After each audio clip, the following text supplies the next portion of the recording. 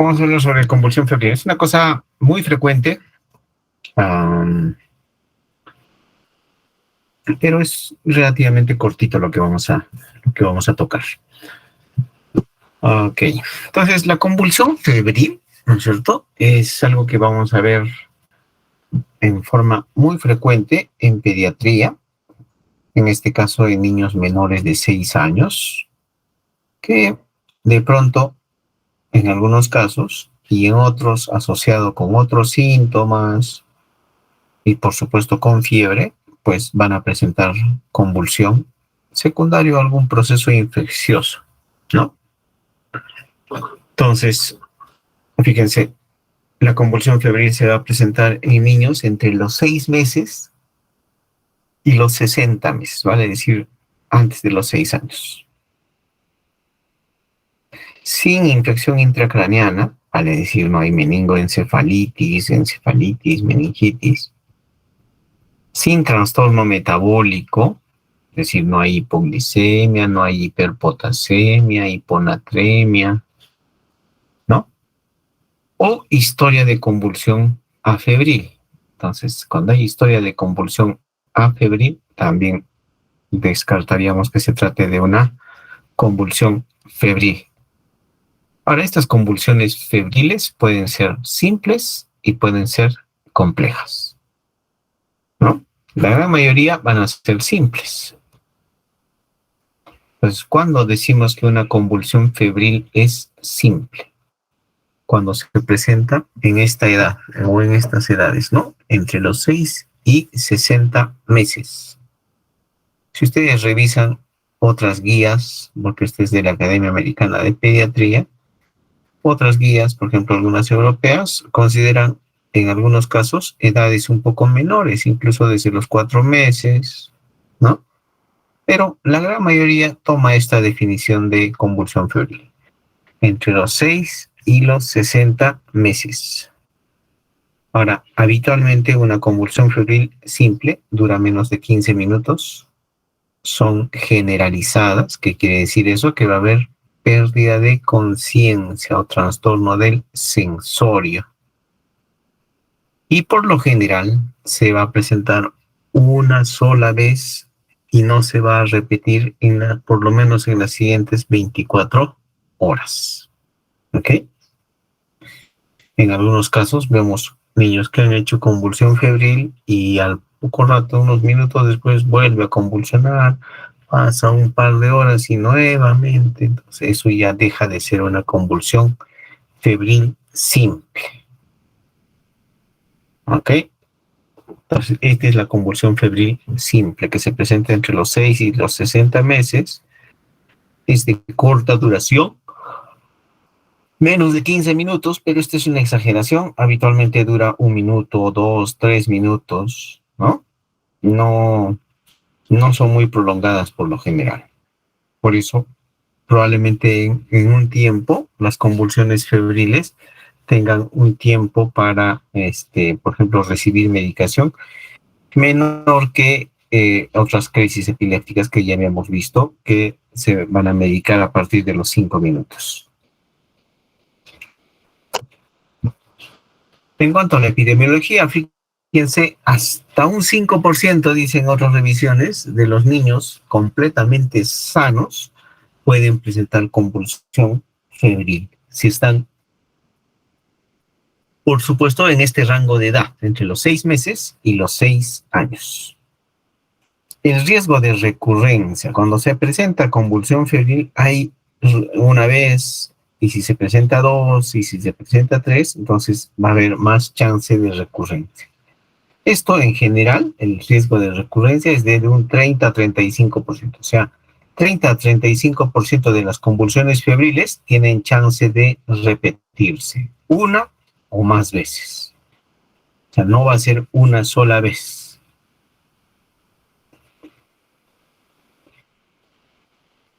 Ahora, ¿tiene asociación con la epilepsia? Pareciera que sí, pero, o sea, estadísticamente y en la práctica no es importante, ¿no? Cuando hay convulsión febril, ¿no es cierto? Los niños con convulsión febril pueden tener hasta 2% de riesgo de epilepsia. Y cuando no hay convulsión febril, puede haber epilepsia más o menos en un 1%. Entonces, eso que parece ser el doble, ¿no? Estadísticamente, o mejor dicho, en la práctica no tiene mayor importancia. En cuanto al pronóstico, felizmente es excelente, no trae mayores consecuencias. En general, no hay consecuencias en el neurodesarrollo o con secuelas posteriores.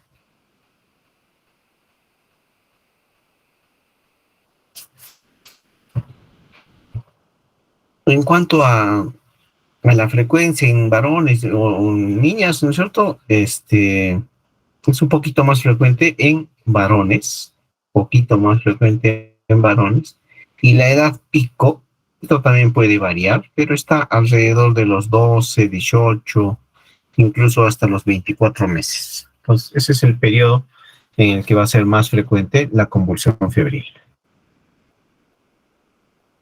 Algunos factores de riesgo, ¿no? Fiebre alta, y más que la fiebre alta, pareciera relacionarse con ese ascenso brusco, rápido de la temperatura, ¿no?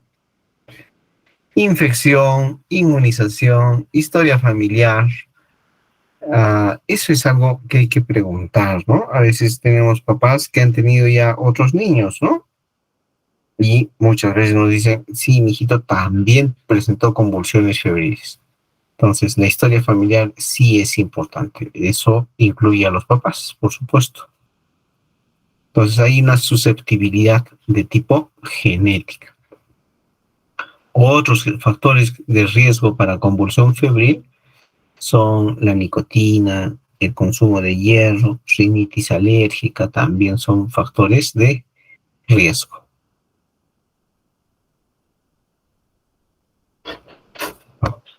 Por lo general, ¿no es cierto? La convulsión febril se presenta en los primeros días de la enfermedad. Es más, en algunos casos puede ser el primer síntoma.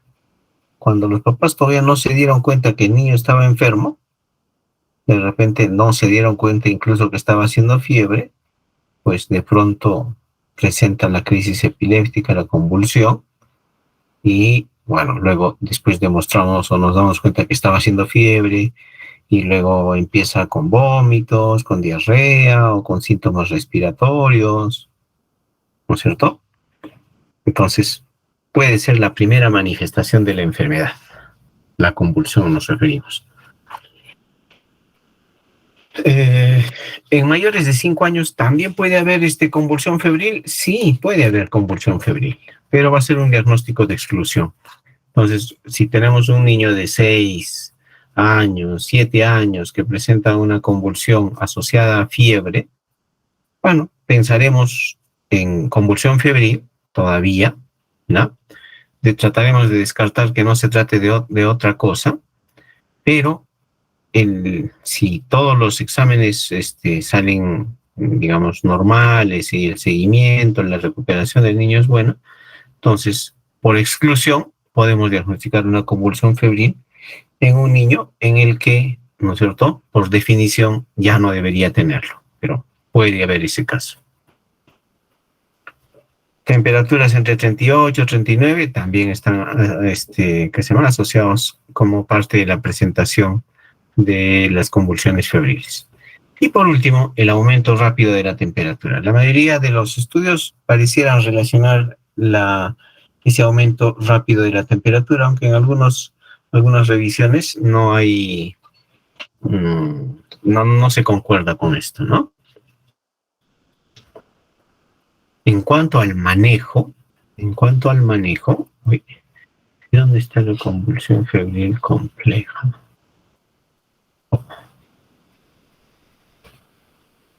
¿No? Bien. Antes del manejo. Entonces, podríamos tener, así como tenemos convulsiones febriles simples, podríamos tener convulsiones febriles complejas. Cuando decimos que es compleja, cuando se presenta antes de los 6 meses o después de los 60 meses, cuando dura más de 15 minutos, cuando pueden o no ser generalizadas, pero cuando son focales o de inicio focal, ¿sí? También se consideran como complejas. O aquellas que se repiten pues en menos de 24 horas, se vuelven a presentar.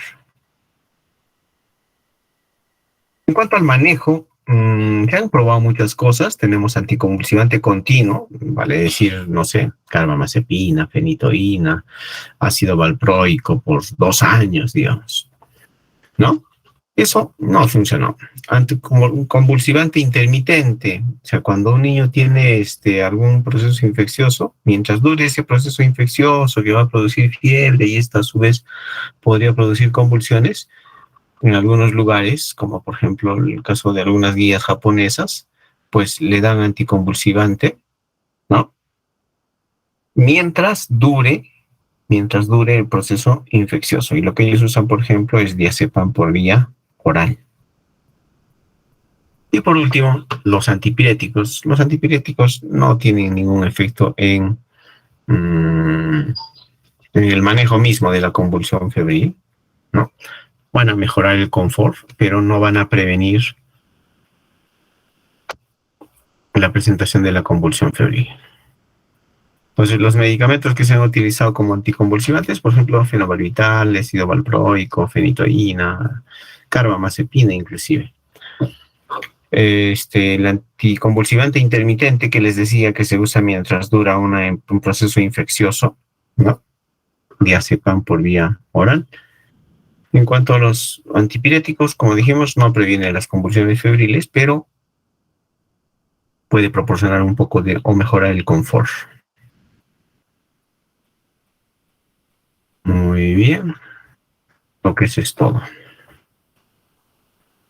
En conclusión, en la convulsión febril, ¿no es cierto? No existe ningún tratamiento, ¿sí?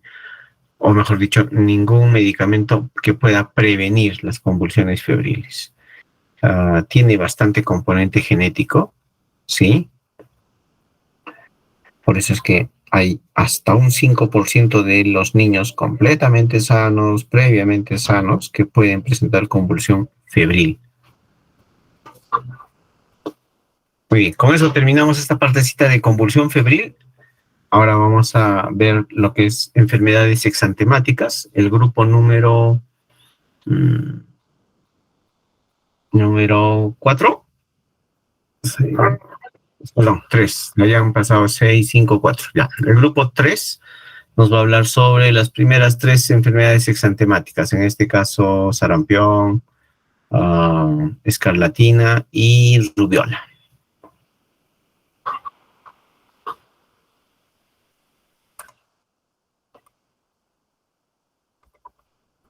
¿Quiénes están en el grupo 3, perdón?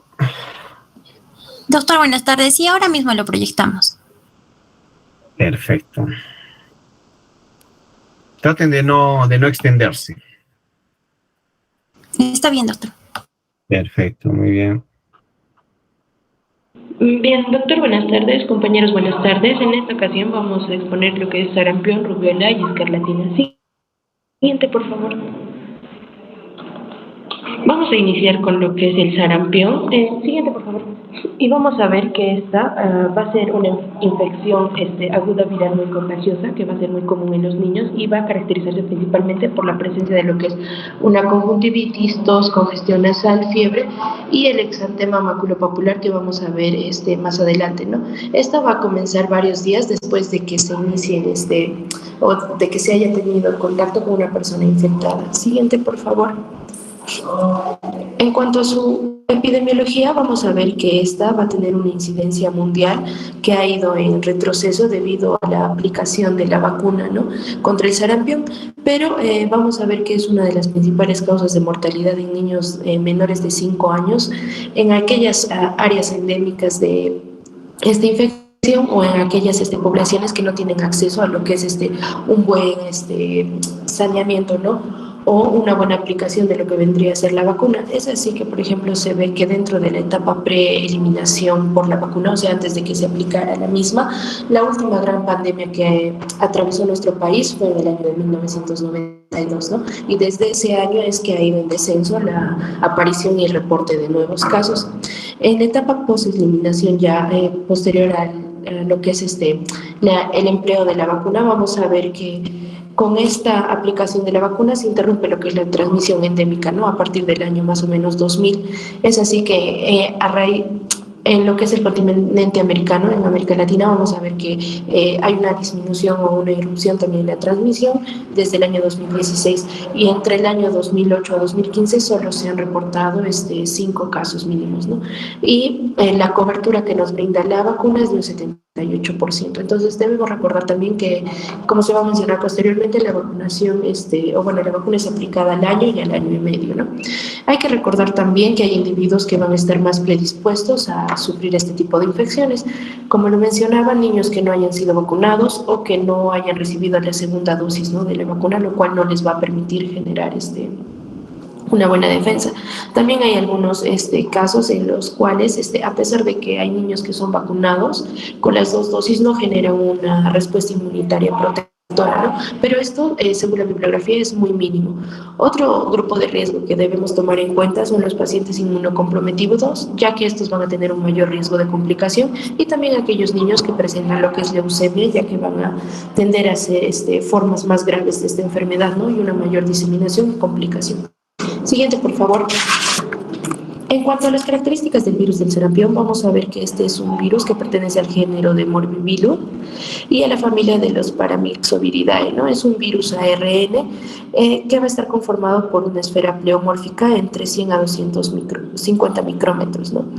Dentro de su genoma vamos a ver que este virus va a codificar 8 proteínas estructurales, dentro de las cuales nos van a interesar básicamente 2, ya que van a ser parte muy importante de lo que es la fisiopatología. Dentro de esta tenemos la hematoglutinina o la glucoproteína H, cuya función principal es la unión del virus a las células del huésped. Y también tenemos lo que es la glucoproteína F o de fusión, ya que esta va a permitir que haya una coinfección de célula a célula, ¿no?, lo que va a causar una diseminación de la misma. También debemos recordar que el único huésped de este virus es el ser humano y la incubación va a tener un periodo de 6 a 21 días y en promedio otras bibliografías mencionan que puede ser de 13 días. Ahora, el periodo de contagio es aproximadamente de 5 días y 4 días después a este periodo se añade lo que es lo característico en esta infección, ¿no?, que es la erupción maculopapular. Siguiente, por favor. En cuanto a la fisiopatología, vamos a ver que la infección va a producirse básicamente a través de las gotitas de secreción de una persona infectada y también que van a ser estas dispersadas hacia lo que es el aire, ¿no? Entonces vamos a ver que una vez que el virus ingresa al organismo por el tracto respiratorio, va a tender a infectar lo que son las células linfáticas, ¿no?, por medio de un receptor que va a facilitar el ingreso de las mismas, que se conoce como el receptor SNAP, ¿no? Este receptor va a estar ubicado principalmente en lo que es la superficie de las células linfáticas. Entonces, una vez que ya haya una infección a nivel de estas células, va a comenzar lo que es la diseminación del mismo virus, llegando a lo que es las células epiteliales. Y aquí puede afectar no solo el tracto respiratorio, sino también llegar a otras zonas, como es el intestino, la vejiga o la piel, ¿no? Y a los órganos que va a afectar puede ser, como vengo diciendo, en un periodo ya mucho más posterior, donde hay una carga más virulenta, va a ser el hígado, conjuntivas, ganglio, pulmones, timo y vaso. Hay que recordar también que la parte de la diseminación de las células epiteliales es donde va a aparecer la fase de contagio, ¿no? Y, por ejemplo, cuando hay una afectación a nivel pulmonar, puede producir lo que es un edema y pérdida de los cilios en este tejido y puede causar una predisposición a mayor infecciones como neumonía, otitis media o también bronquiolitis o creo que hemos visto anteriormente, ¿no? Y ya posteriormente van a comenzar a aparecer lo que es el exantema y las manchas de Capri. Siguiente, por favor.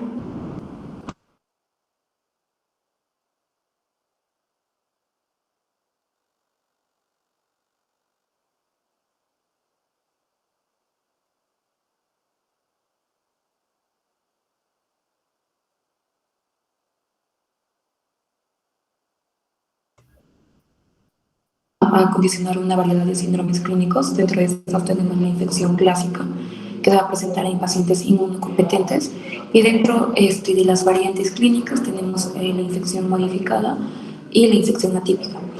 Tanto los síndromes neurológicos posteriores y bueno, las complicaciones van a ser las complicaciones no propiamente dichas.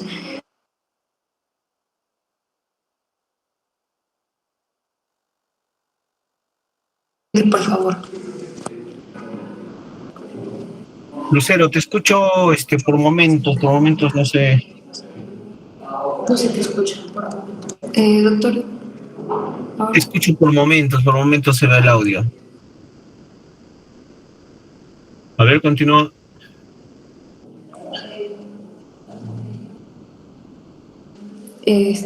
Ok. Vamos a continuar con las manifestaciones clínicas. Dentro de ellas vamos a hablar de la infección clásica, ¿no? Que había mencionado, que esta infección clásica va a tener etapas clínicas. Tenemos el periodo de incubación, la fase prodrómica, la fase exantemática y el periodo de recuperación. Dentro del periodo de incubación, esta va a durar aproximadamente entre 6 a 21 días, con un promedio de 13 días. Y bueno, vamos a tener la viremia primaria, que va a consistir desde la entrada del virus a través de la mucosa respiratoria o la conjuntiva y la propagación de este virus a través del torrente sanguíneo. En este periodo vamos a ver que generalmente se va a presentar de forma asintomática, pero en algunos individuos puede presentar algunos síntomas como síntomas respiratorios transitorios, fiebre o incluso puede haber la presencia de erupción. En cuanto a la fase prodrómica, esta se va a iniciar, en esta fase se va a presentar la segunda viremia, que va a coincidir con la aparición de los síntomas, que va a ser característico de esta fase.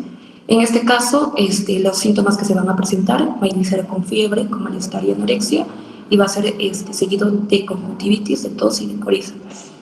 Estos síntomas suelen intensificarse antes de que aparezca el exantema, y también antes del exantema vamos a ver la presencia del hematema, que se va a presentar aproximadamente 48 horas antes del inicio de la fase exantemática.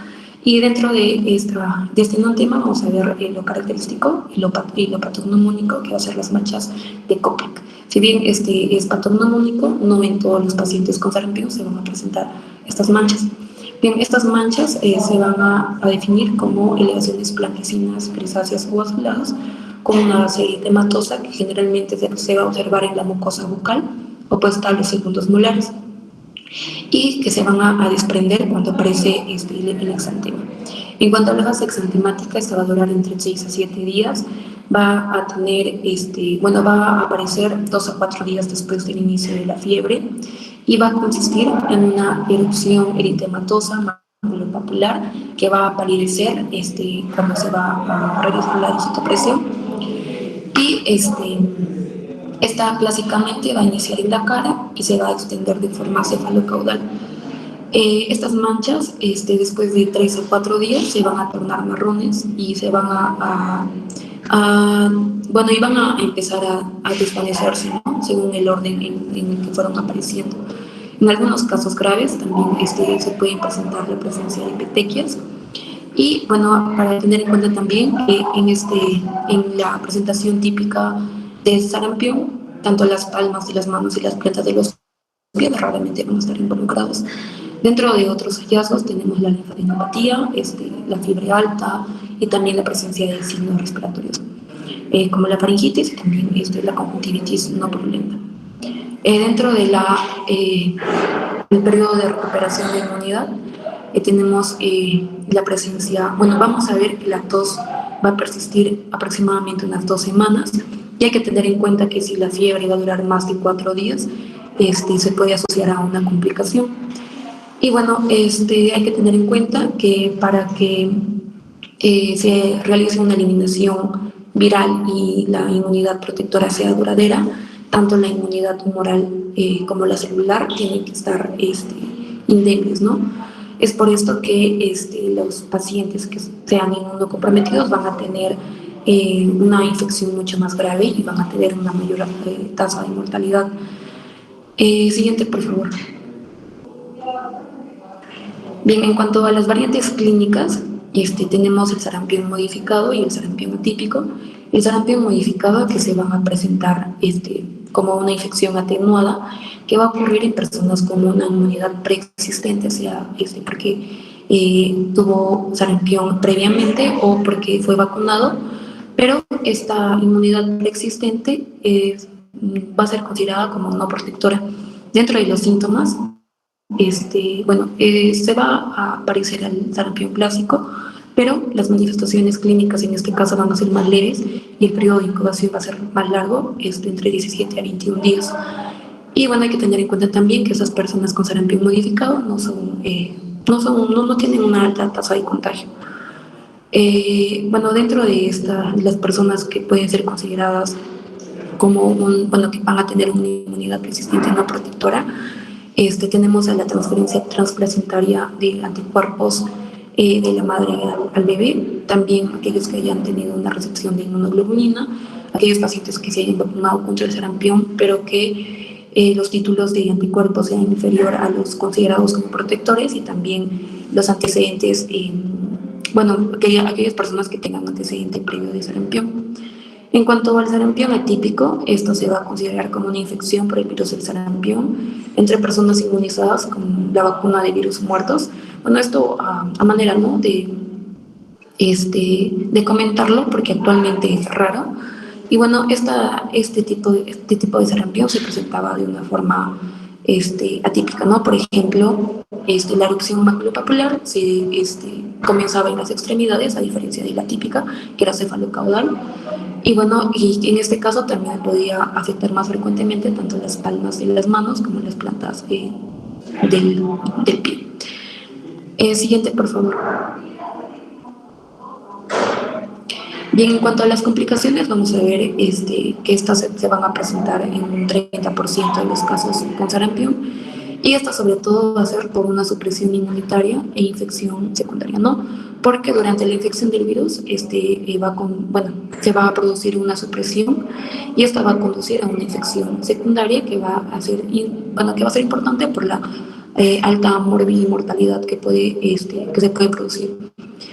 Dentro de ellas tenemos la más frecuente dentro de las gastrointestinales, va a ser la diarrea, que es la complicación más frecuente con un 8%.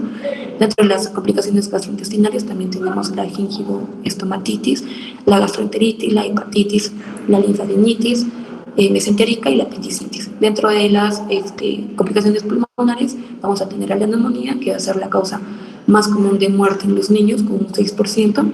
También vamos a tener la presencia de bronconeumonía, del croup y también de la bronquiolitis. En cuanto a las complicaciones neurológicas, tenemos la encefalitis, la encefalomielitis diseminada aguda y la panencefalitis esclerosante subaguda. La encefalitis se va a producir de 1 por cada 1000 casos de sarampión, y esta generalmente va a aparecer aproximadamente 5 días después de que aparezca la fase exantemática. Otros síntomas que se van a asociar va a ser la fiebre, el dolor de cabeza, los vómitos, la rigidez del cuello, la irritación meningial, somnolencia, convulsiones y coma. Y dentro del líquido cefalorraquídeo ya va a haber la presencia de pleocitosis con predominancia de los linfocitos, también una concentración elevada de proteínas, y la concentración de glucosa en este caso va a ser normal. La importancia de la encefalitis es la mortalidad, ¿no?, que va a tener un 25%, un 15% de mortalidad, y un 25% de los niños van a tener secuelas en el desarrollo neurológico. En cuanto a la encefalomielitis diseminada aguda, esta se va a considerar como una enfermedad desmielinizante que va a ocurrir también, igual que la encefalitis, en 1 por cada 1000 casos de sarampión. Y se va a creer que esta enfermedad va a ser una respuesta autoinmune postinfecciosa. Esta enfermedad se va a presentar durante la fase de recuperación del sarampión, normalmente dentro de las 2 semanas posteriores a la presencia del exantema. Y dentro de las manifestaciones clínicas tenemos la presencia de fiebre, el dolor de cabeza, rigidez de cuello, convulsiones y cambios en estado mental, como la confusión, somnolencia y coma. Y dentro del líquido cefalorraquídeo lo que se va a observar va a ser la presencia de pleocitosis linfocitaria también, y una concentración elevada de proteínas. En cuanto a la mortalidad, esta va a tener una mortalidad del 10 al 20%, y bueno, también va a traer consigo anomalías neurológicas residuales en los pacientes que van a sobrevivir. En cuanto a la panencefalitis esclerosante subaguda, esta es una enfermedad degenerativa mortal y progresiva que va a ocurrir aproximadamente entre los 7 a 10 años después de la infección natural por el virus del sarampión. Y bueno, un factor de riesgo para esta complicación es que se presente, cuando el sarampión se presente a una edad temprana, generalmente antes de los 2 años. Bueno, en cuanto a los síntomas, va a tener 4 estadios. De forma resumida, lo que va a presentar durante estos 4 estadios, que va a ser de una forma, que va a tener un inicio insidioso y va a tener un desarrollo progresivo, llegando incluso hasta la muerte. Va a iniciar, ¿no?, con letargo, dificultad, dificultad en el aprendizaje, también en un comportamiento extraño, va a seguir con convulsiones, y generalmente esta va a terminar en el estadio 4 con la mortalidad. Bueno, aunque la mortalidad puede ocurrir en las etapas previas, pero en este caso lo que generalmente se va a ver es una disfunción autonómica y un estado vegetativo. Dentro de lo que se va a observar en el líquido cefalorraquídeo, se van a ver las proteínas elevadas y también los anticuerpos para el sarampión de forma detectable, ¿no?, en el líquido cefalorraquídeo. En cuanto, para prevenir estas complicaciones va a ser importante la vacunación contra el sarampión, tanto para la prevención propia del sarampión propiamente dicho, y también para las secuelas neurológicas. Dentro de otras complicaciones tenemos la queratitis, la ulceración corneal, también la miocarditis, la pericarditis, y también, como se mencionó al inicio, la otitis. Siguiente, por favor.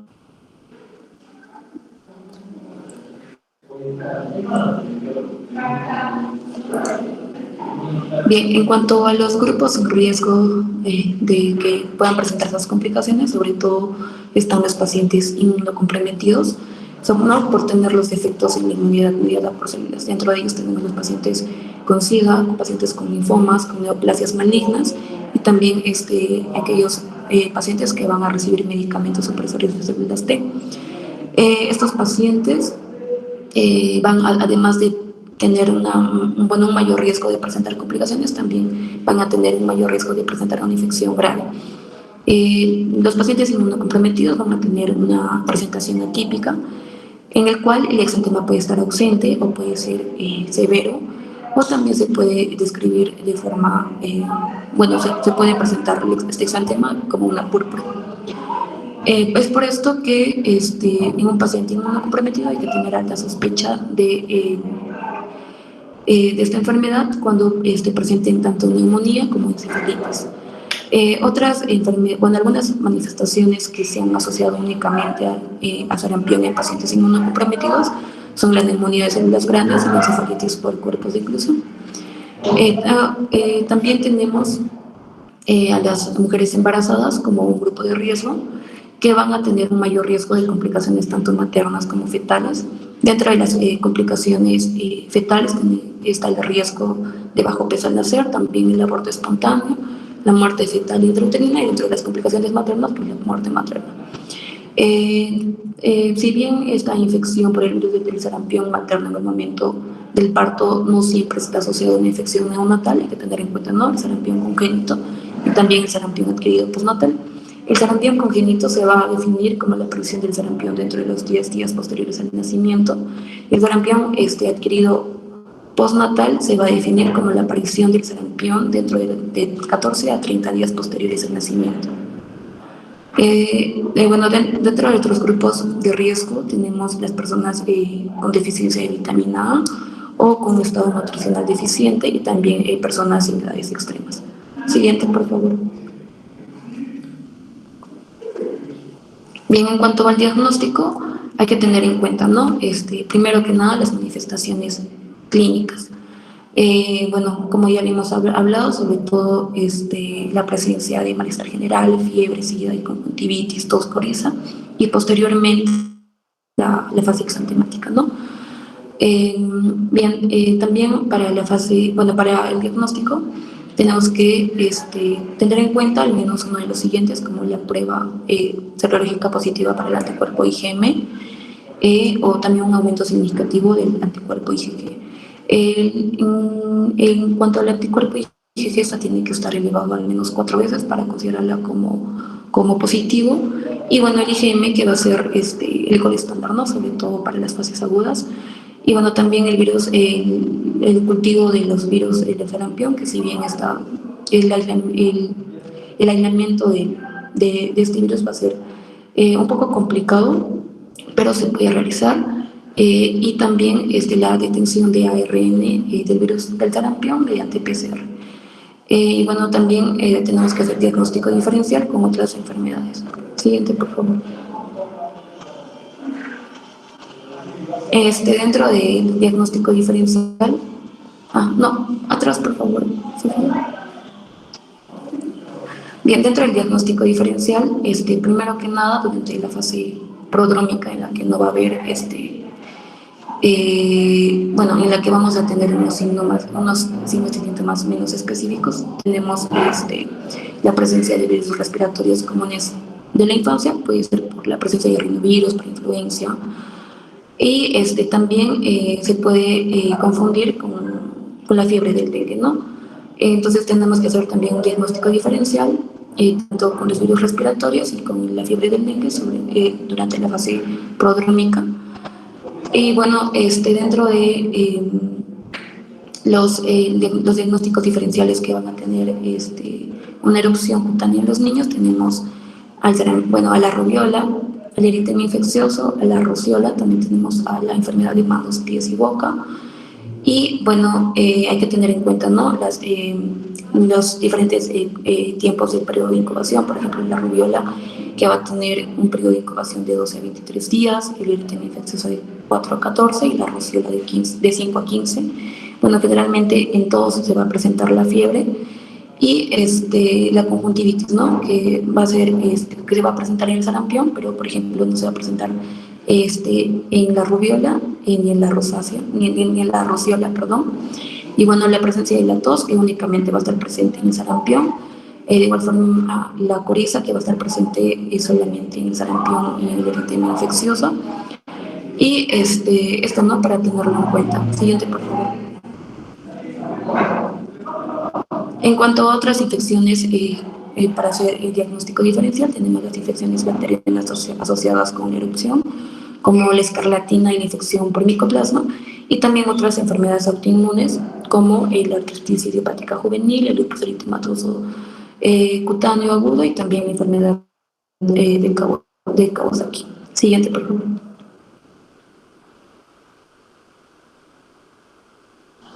Bien, para continuar con lo que vendría a ser el sarampión, vamos a hablar de lo que vendría a ser el tratamiento y manejo. Cabe resaltar, y casi todas las bibliografías lo mencionan, es que no existe un tratamiento antiviral específico para lo que vendría a ser el sarampión, por lo cual el tratamiento se basa en medidas generales preventivas y también en medidas de apoyo. Dentro de las medidas generales tenemos diferentes, como por ejemplo el tipo de habitación. Esto siempre y cuando se tenga a un paciente en hospitalización. El tipo de habitación debe ser individual para minimizar la exposición de aerosoles y evitar las posibles complicaciones. La limpieza del ambiente es importante, enfocándose en remover microorganismos que sobrevivan a este. La higiene de manos es la medida más importante para reducir la transmisión de microorganismos entre una persona a otra, tanto para el personal de salud como para el mismo paciente y también sus familiares. El uso de guantes y mascarillas y bata deben ser utilizados como parte de las precauciones estándares de acuerdo al diagnóstico clínico del paciente. La higiene corporal es importante, como lo que debe ser el baño diario, el lavado frecuente de manos, y también se recomienda la higiene oral, buscando especialmente un efecto de arrastre, y la higiene dental con eliminación de agentes infecciosos o focos infecciosos. Y las visitas, por último, los acompañantes del paciente con sarampión van a ser considerados como contactos y se deben aplicar recomendaciones de contactos, como lo que vendría a ser el cuidado respectivo de los mismos. Siguiente, por favor. Ahora, dentro de las medidas de apoyo, estas van a ser indicadas siempre y cuando, estas van a ser las más recomendadas, y estos van a ser medidas que o bueno, medidas de soporte que garanticen una buena nutrición y una ingesta adecuada de lo que vendría a ser líquidos. Los antipiréticos también son recomendados en estos casos, la humidificación de las vías aéreas en caso de afectación respiratoria y en caso de complicación, la ventilación mecánica puede ayudar. Cabe resaltar que no se van a indicar antibióticos profilácticos y estos solo se van a dar en caso de sobreinfección comprobada. Otras bibliografías van a indicar también el uso de lo que podría ser la vitamina A y el uso de inmunoglobulinas. Siguiente. En cuanto a la vitamina A, estas mencionan que una disminución de la misma puede aumentar el riesgo de complicaciones y a su vez va a disminuir, Va a disminuir lo que vendría a ser la recuperación, generando más complicaciones, como ya lo mencioné. Se menciona que los niños, o está recomendado lo que vendría a ser niños con sarampión severo o niños con sarampión agudo en entornos de recursos limitados o en niños en caso que estén desnutridos o que tengan una clínica evidente de lo que vendría a ser déficit de vitamina A. Las dosis recomendadas van a ser según la edad. En menores de 6 meses, 50.000 unidades internacionales. De 6 a 11 meses, 100.000 unidades internacionales y de más de 12 meses, 200.000 unidades internacionales. En cuanto a las inmunoglobulinas, vamos a ver que su uso profiláctico ha demostrado ser eficaz para modificar o prevenir la enfermedad. Se menciona que esta se va a recomendar principalmente en contactos susceptibles a sarampión, como lo que vendrían a ser personas inmunocomprometidas, ya sean mujeres embarazadas o niños con VIH. Hablando de los niños con VIH, se menciona que si bien han adquirido cierta inmunidad a través de la lactancia materna, la misma condición del VIH va a disminuir sus propias defensas, por lo cual el uso de inmunoglobulinas puede ser recomendado en ellos. Siguiente, por favor. En cuanto a la prevención, vamos a tener que la principal forma de prevención para el sarampión va a ser la vacuna SPR. Esta es una vacuna compuesta por virus vivos atenuados que va a tener 3 principales patógenos, lo que van a ser el sarampión, la paperas y la rubiola. Los sarampión van a ser la cepa de Edmondson sacre y se demostró una efectividad del 95% en vacunados adecuadamente, o sea que se cumplen las 2 dosis indicadas según el esquema regular de vacunación. Esto va a asegurar la formación de anticuerpos contra el mismo virus y además se menciona que la vacunación propiamente dicha va a generar una inmunidad de rebaño. Esto siempre y cuando exista más de un 85% de población vacunada. Dentro del esquema regular de vacunación, como ya se mencionó también, esta se va a recomendar a los 12 meses la primera dosis y una segunda dosis a los 18 meses. Otro punto que también menciona es el control de infecciones o lo que vendría a ser el control de las complicaciones, como ya se mencionó, con los cuidados básicos de lo que debería ser la higiene y el cuidado básico de lo que debería ser el paciente. Siguiente, por favor.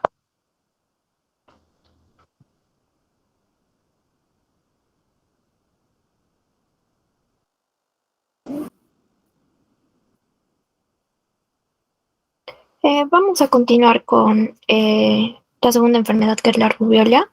Esta es una enfermedad leve con frecuencia exantemática que afecta tanto a lactantes como a niños, que además tiene origen vírico, cuyas principales características de manifestación van a resultar ser la aparición de unas pequeñas manchas rosáceas que se asemejan mucho a las que ya se han descrito en las del sarampión, motivo por el cual en la década de 1750 se le describió como sarampión alemán, ya que tuvo particular importancia en dicho país.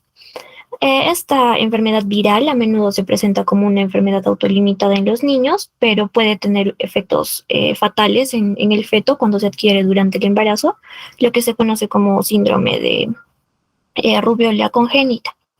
En cuanto a la etiología, la rubiola está producida por el rubivirus de la familia Tobaciviridae, siendo al igual que el sarampión un virus de tipo ARN. Se transmite por vía respiratoria y se replica en la nasofaringe y en los nódulos linfáticos, presentando un tiempo de incubación de 14 a 18 días, con un rango de 12 hasta 23 días. Aparece en la sangre a los 5 o 7 días después del contagio y se dispersa por todo el cuerpo. En cuanto a la epidemiología, En la era prevacunal, la rubiola se presentaba en epidemias graves cada 6 o 9 años, con picos menores intercalados cada 3 a 4 años, y era más habitual en los niños de edad preescolar y escolar.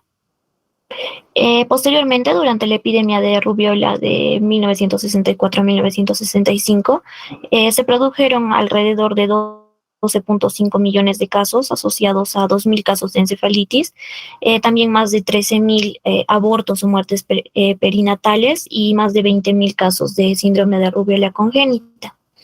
Es por este motivo que se desarrolla la vacuna y posterior a la introducción de esta en 1969, la incidencia disminuye en un 78% y el número de casos de rubiola congénita desciende hasta en un 69%.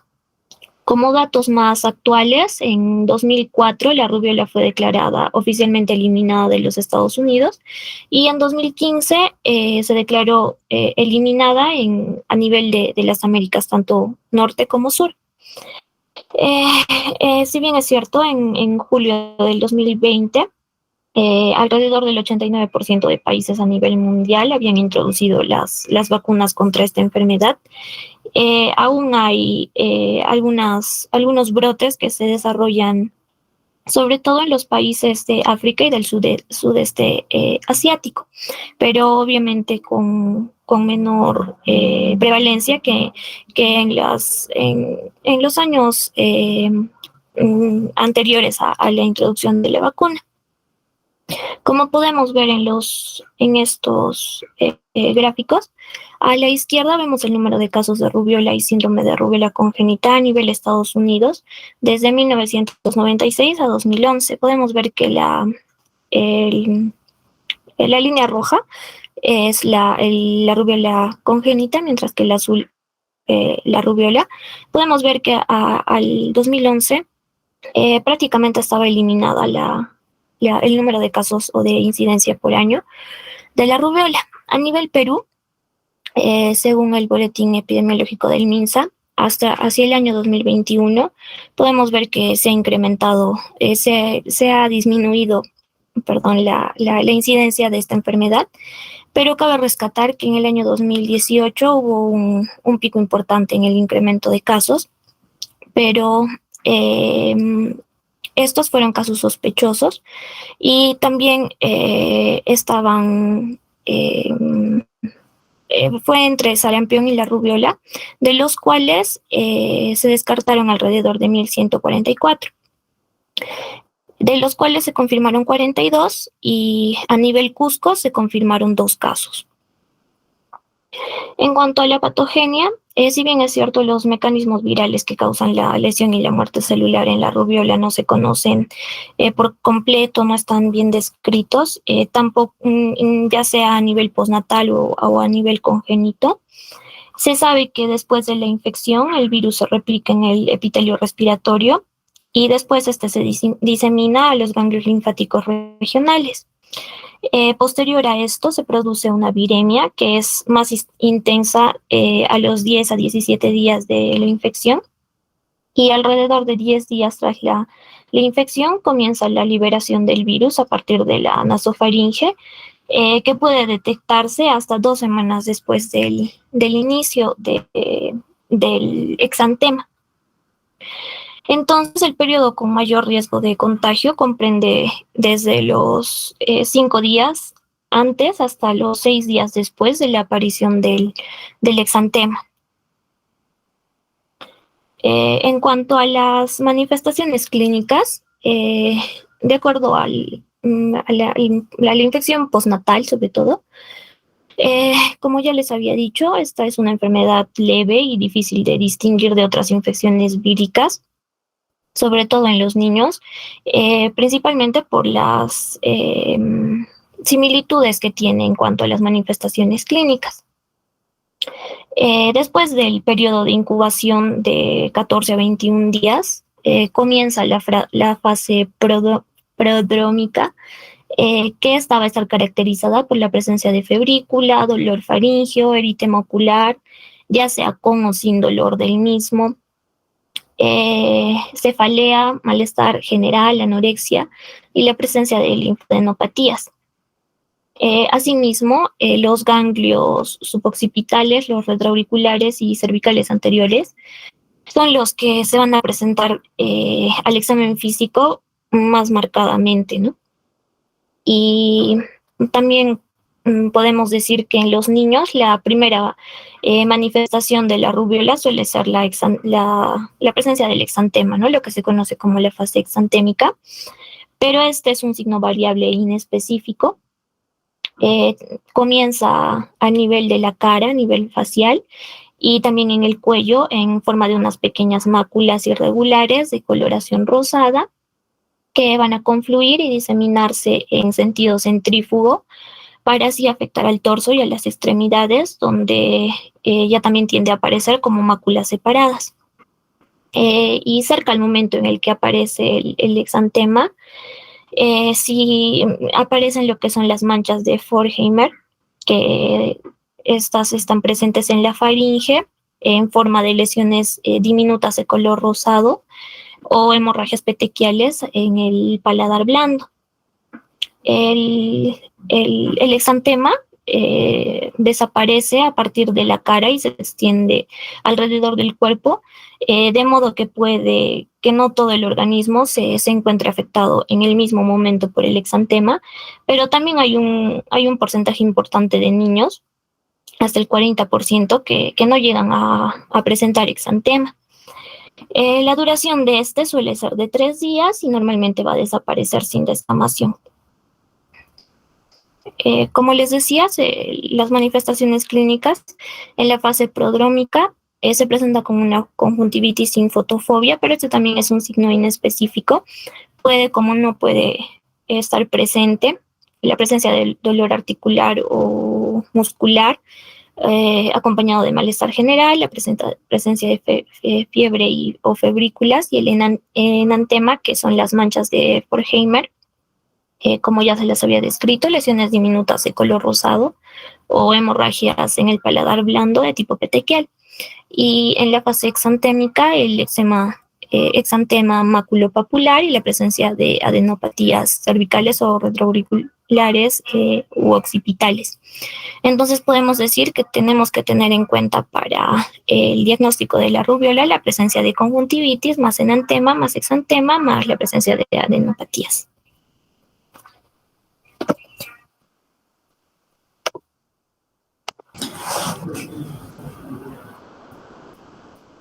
Bien, para continuar con el diagnóstico, vamos a hablar aquí precisamente de la inmunoglobulina M, que es la prueba diagnóstica más eficaz para detectar esta enfermedad.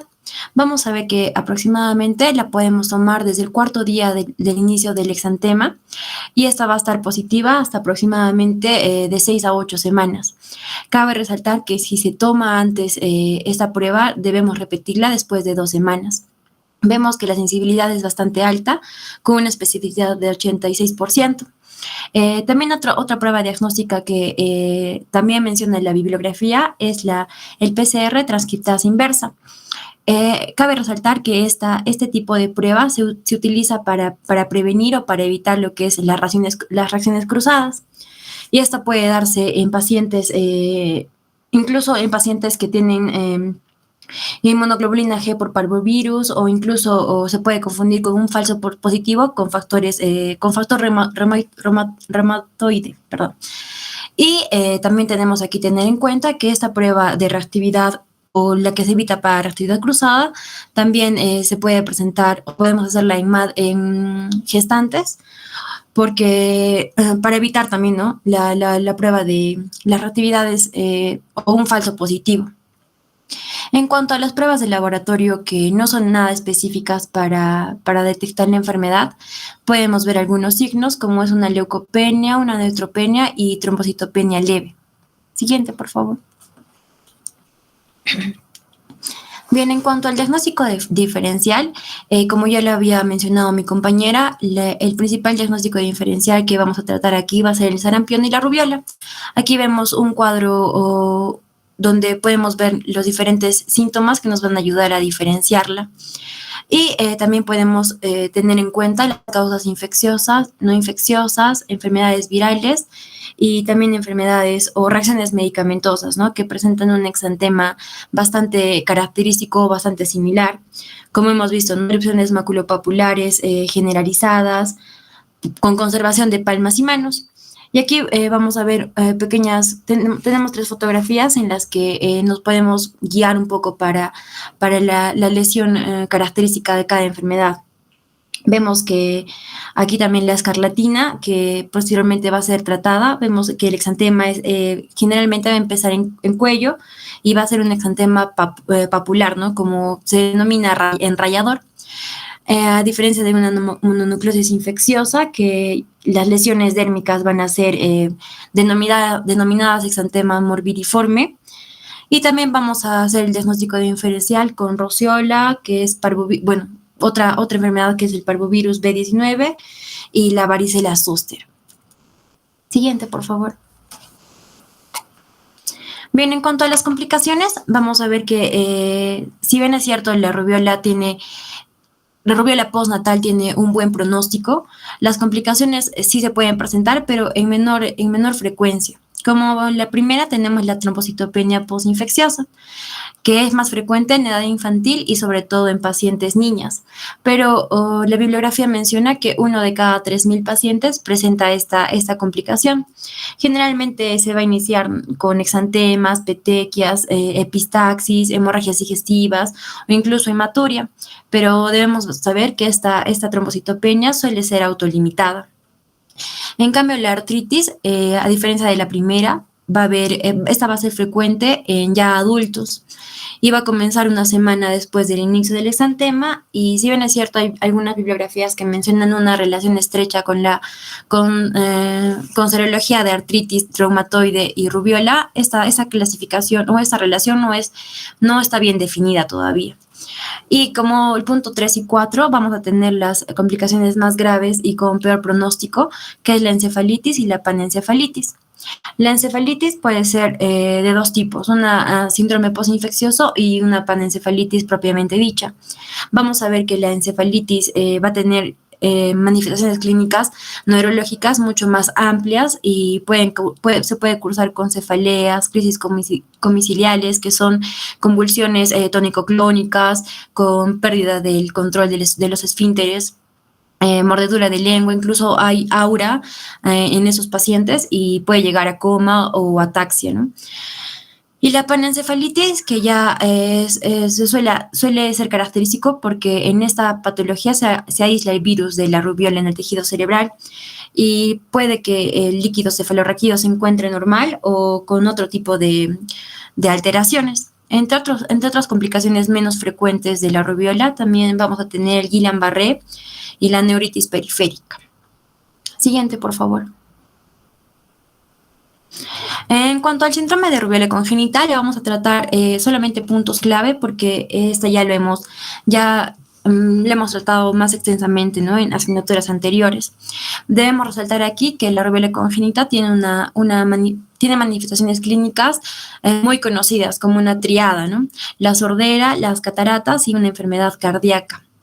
Generalmente las enfermedades cardíacas que van a presentar estos pacientes va a ser el conducto arterioso persistente como el más común. Vamos a ver aquí que hay manifestaciones tempranas y manifestaciones tardías.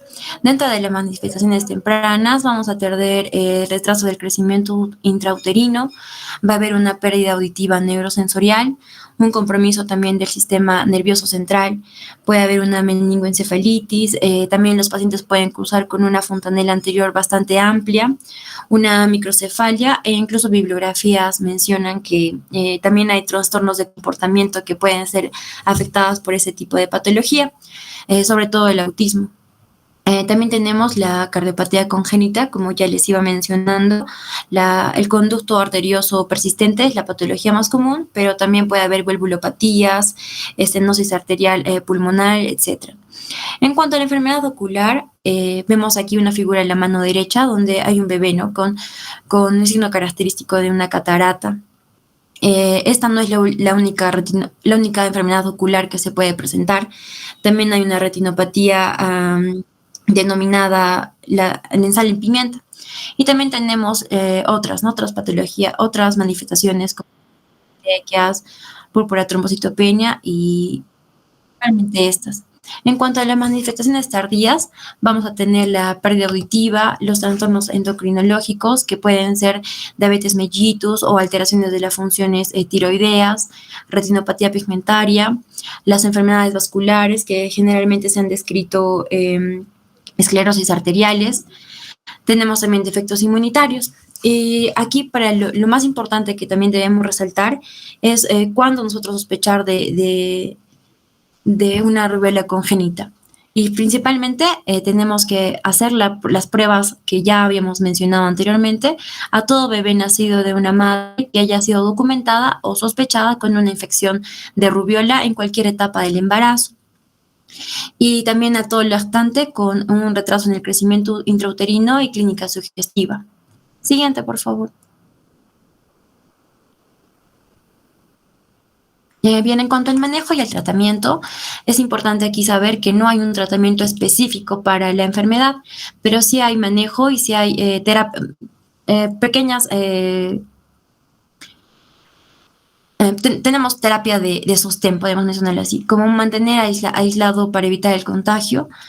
Generalmente el aislamiento suele ser durante los 7 días después del inicio del exantema, pero el proceso o el riesgo al contagio es 7 días antes y 7 días después al inicio de esta manifestación dermatológica.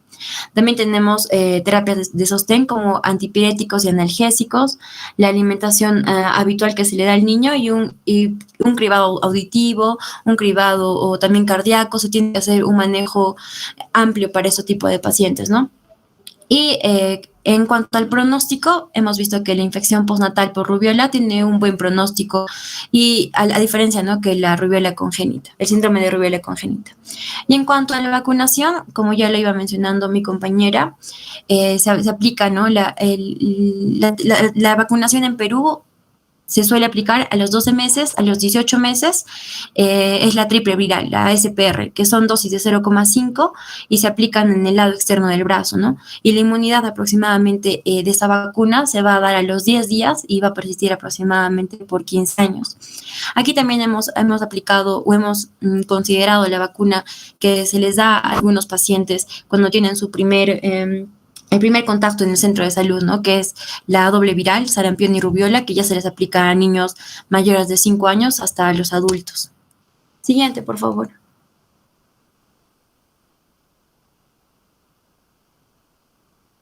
Bien, ahora vamos a hablar de la escarlatina. Esta es una enfermedad infectocontagiosa aguda que tiene la característica de ser exantemática y va a ser causada por una bacteria estreptocócica de grupo A y que afecta a la infancia. La importancia de esta infección va a radicar en sus secuelas a largo plazo. Siguiente, por favor. Bueno, hablando de epidemiología, debemos saber que es endémica en todo el mundo y predomina en las regiones de climas templados. Durante muchos años, la incidencia de la escarlatina fue disminuyendo, pero en la última década se han notificado pequeños brotes importantes en varios países.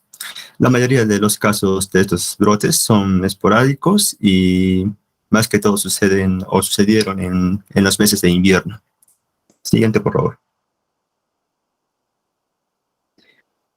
Bueno, esta escarlatina se propaga más comúnmente a través de la transmisión directa de persona a persona, por medio de la saliva o secreciones nasales de una persona que esté infectada o si no un portador sano.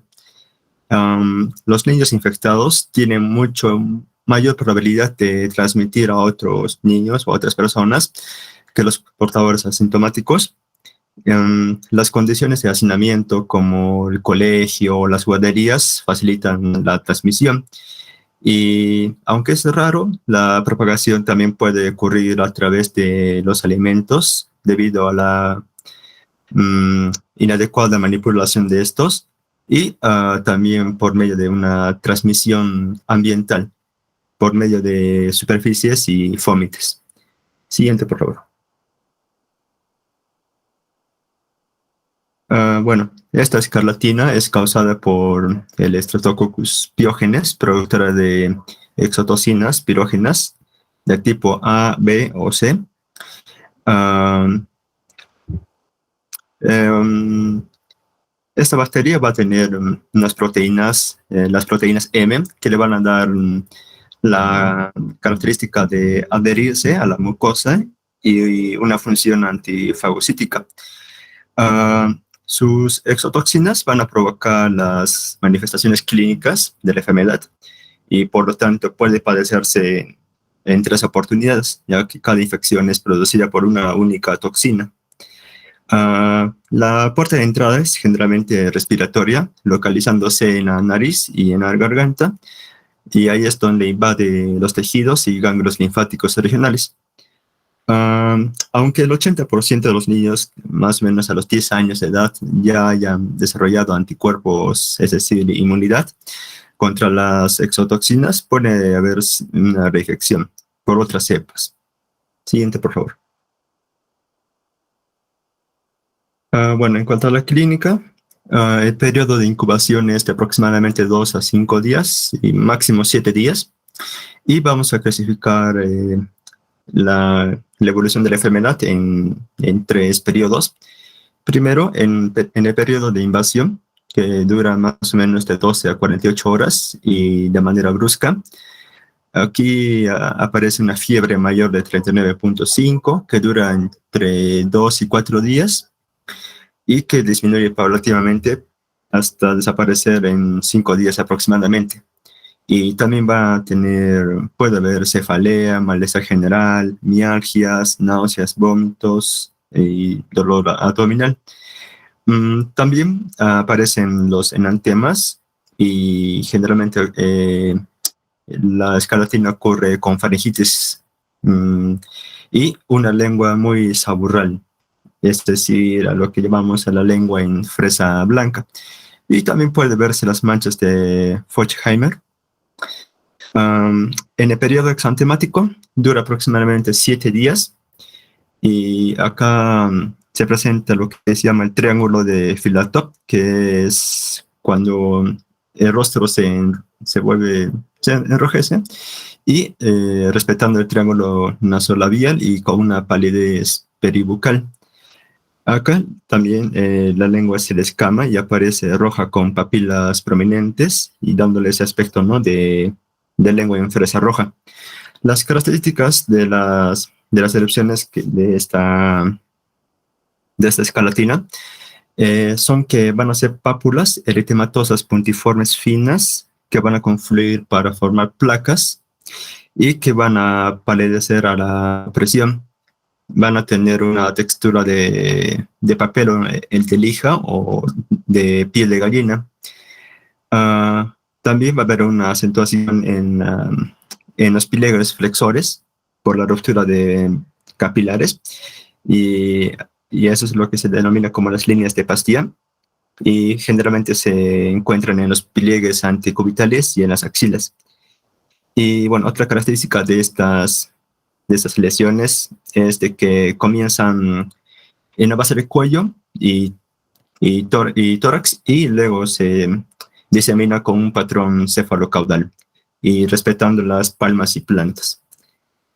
En el periodo de descamación puede persistir hasta por más de 6 semanas y va a ser directamente proporcional a la intensidad de los exantemas. Inicialmente, esta descamación sucede en la cara y va a tener una progresión caudal, pero va a ser mucho más acentuada en las palmas y plantas. Y otros hallazgos que puede haber son linfadenopatías, líneas de Beau o efluvio telógeno. Dentro de las complicaciones, vamos a tener 2, las tempranas y las tardías. Dentro de las tempranas se han descrito que la neumonía, la otitis, mastoiditis, adenitis cervical, entre otros, van a estar dentro de este grupo. Y en las complicaciones tardías, que van a ser menos frecuentes, están la glomerulonefritis y la fiebre reumática. Y muy raramente se ha visto que cursan con hepatitis, hidropesía de la vesícula biliar o esplenomegalia. Siguiente, por favor. Bueno, para su evaluación, primero podemos buscar en el examen físico una tríada, que es fiebre, exantema y enantema, y junto con buscar en la anamnesis factores de riesgos y analizar cada uno de los síntomas que puede presentar el niño. Dentro de los factores de riesgo, podemos tener que la escarlatina puede suceder a cualquier edad, pero es mucho más frecuente en los niños en edad escolar, es decir, entre 5 a 15 años de edad, y con un pico entre los 4 y 8 años. Y es muy raro en menores de 2 a 3 años por la presencia de anticuerpos maternos, y también es muy raro en los adultos. Y las incidencias, tanto en varones como mujeres, suele ser igual. Y el factor de riesgo más común es el contacto cercano con una persona que está infectada, y también pues las situaciones de hacinamiento, como los colegios o guarderías, ¿no? Que también aumentan el riesgo de propagación de esta enfermedad. Siguiente, por favor. Para el diagnóstico, bueno, primero debemos recordar que es básicamente a través de la historia y el examen físico, es decir, es clínico. Sin embargo, cuando hay duda, se puede tomar el exudado faríngeo para una prueba de detección rápida de antígenos o para un cultivo. Esta prueba de detección rápida de antígenos tiene una alta sensibilidad para el estreptococo del grupo A, pero su especificidad va a ser variable. Es por ello que también debemos recordar que el gold estándar para el diagnóstico va a ser el cultivo. Y se le va a hacer un seguimiento con la detección rápida de antígenos.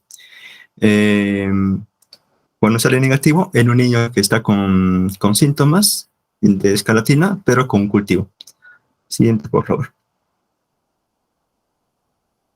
Bueno, para el diagnóstico diferencial, ya lo han mencionado las compañeras anteriormente.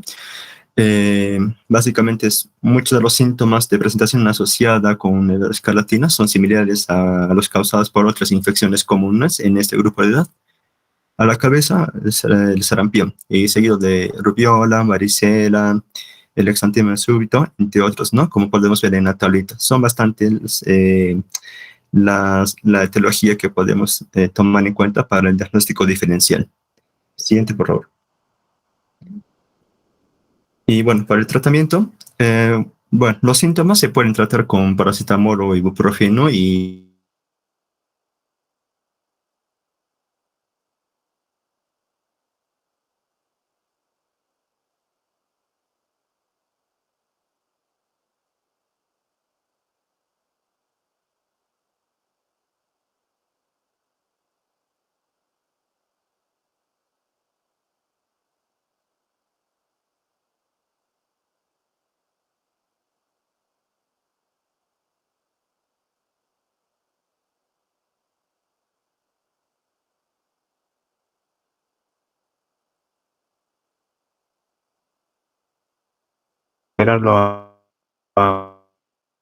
Manuel, vamos haciendo un repaso de lo que es que se llama de las enfermedades exantemáticas. Bueno, hemos escogido las clásicas, ¿no? Sea como la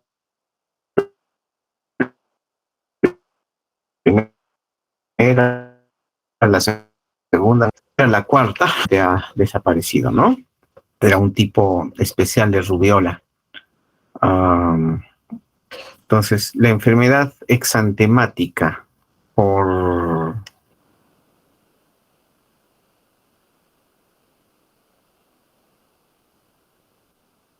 es el sarampión.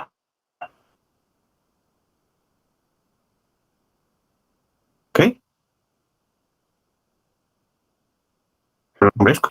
El sarampión. La segunda sería la escarlatina, la tercera la rubiola, la cuarta, como les decía, Antes se consideraba un tipo especial de rubiola. Ahora, por, digamos, arbitrariamente, ¿no es cierto?, ha sido ocupada por la varicela. Y lo que se conocía antes como quinta enfermedad o eritema infeccioso, bueno, continúa igual.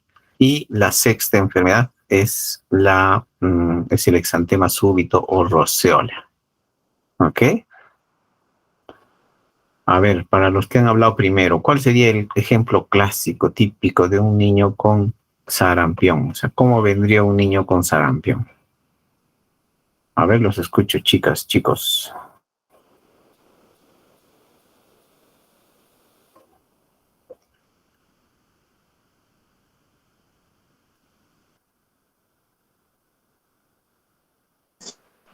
¿Me Doctor, escucha? sí, doctor, ¿se me escucha? Sí, sí. A ver, Ya, Ani. ya, doctor, inicialmente vendría con malestar general, con conjuntivitis, con tos, con coriza, y Eso. posteriormente a eso, Hay como un cuadro respiratorio previo, ¿no es cierto? sí, doctor. Ya. Luego, Posteriormente, bueno, no en todos los casos, pero lo patognomónico serían los enantemas, ¿no? La presencia de las manchas de Koplik ya. en la mucosa oral. Ok. Y posteriormente a eso recién aparecen los exantemas. Ok. Y cuando empieza el exantema, ¿cómo se pone el paciente? ¿Se pone mejor o se pone Eh, más o se pone peor?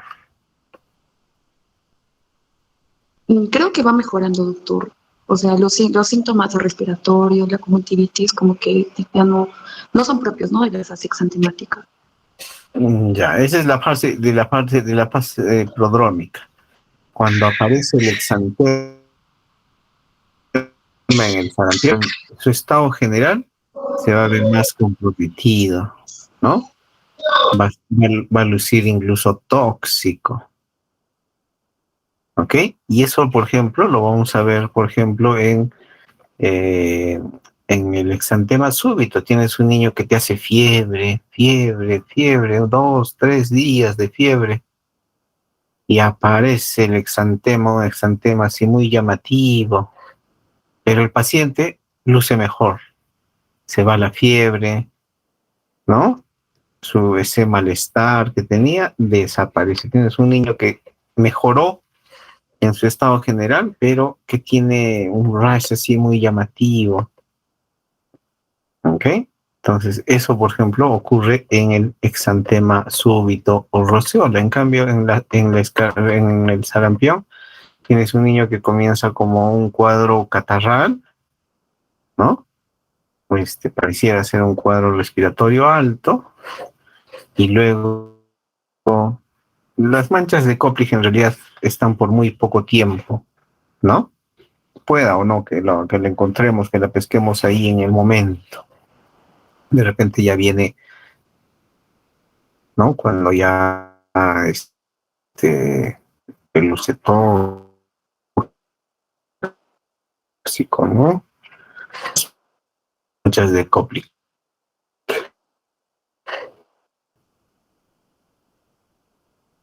Característica ahí el leve a moderado, de pronto se pone mucho peor, con un cuadro que compromete su estado general, comienza a hacer fiebre al mismo tiempo y aparece un exantema así muy llamativo. Entonces, a diferencia de la roceola,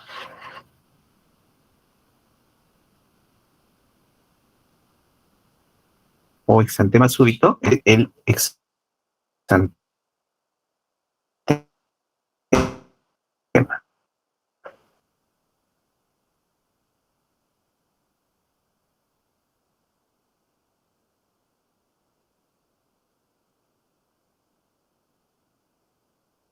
Hay luz por la Lara.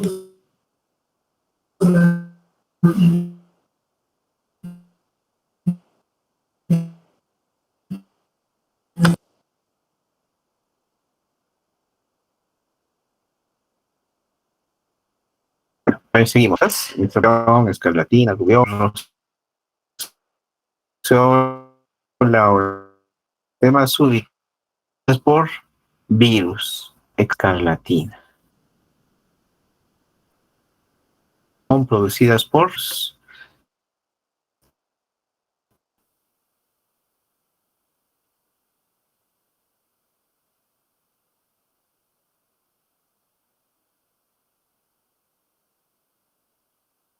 escarlatina.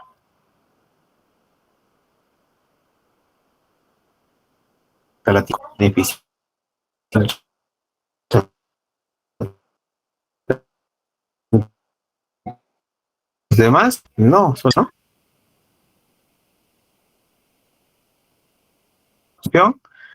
rubiola es viral, eritema infeccioso igual, varicela igual, y finalmente la rociola o exantema súbito.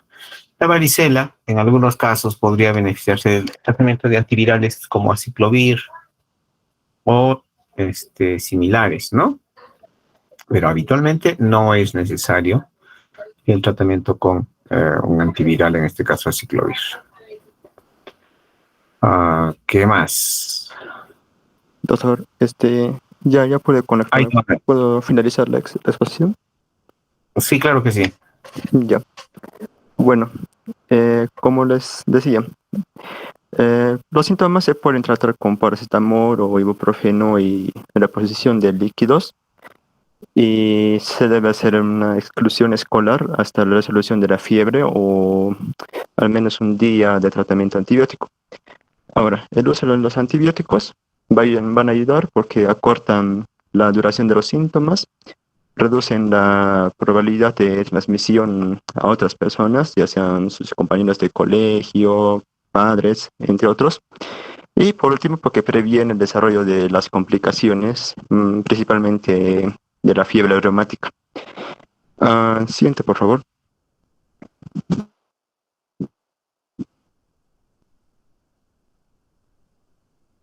Bueno, y los beta-lactámicos, es decir, la penicilina o amoxicilina, van a ser de elección.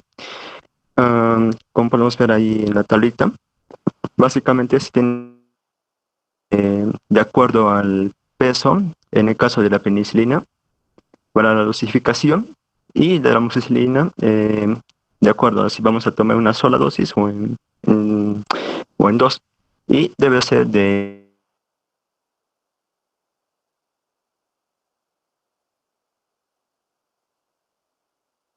reducido a 7, ¿no? De 7 a 10 días de tratamiento. Y en caso de intolerancia a la vía oral, podemos usar la penicilina GB santínica vía intramuscular en una dosis única y similar a la penicilina, de acuerdo al peso del paciente, para poder tener la dosificación.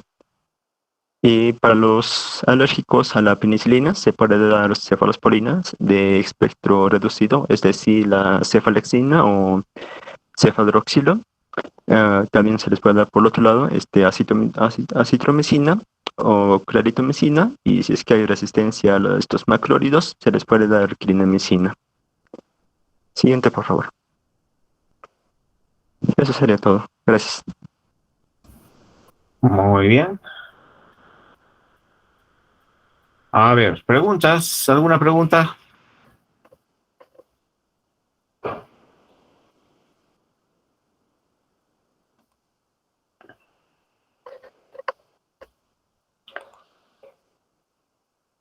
¿Se ve mi pantalla? Sí, doctor. Muy bien. Entonces, cuando uno cuando uno ve pacientes con enfermedades exantemáticas una y otra vez, se hace relativamente fácil diagnosticar una de la otra, ¿no?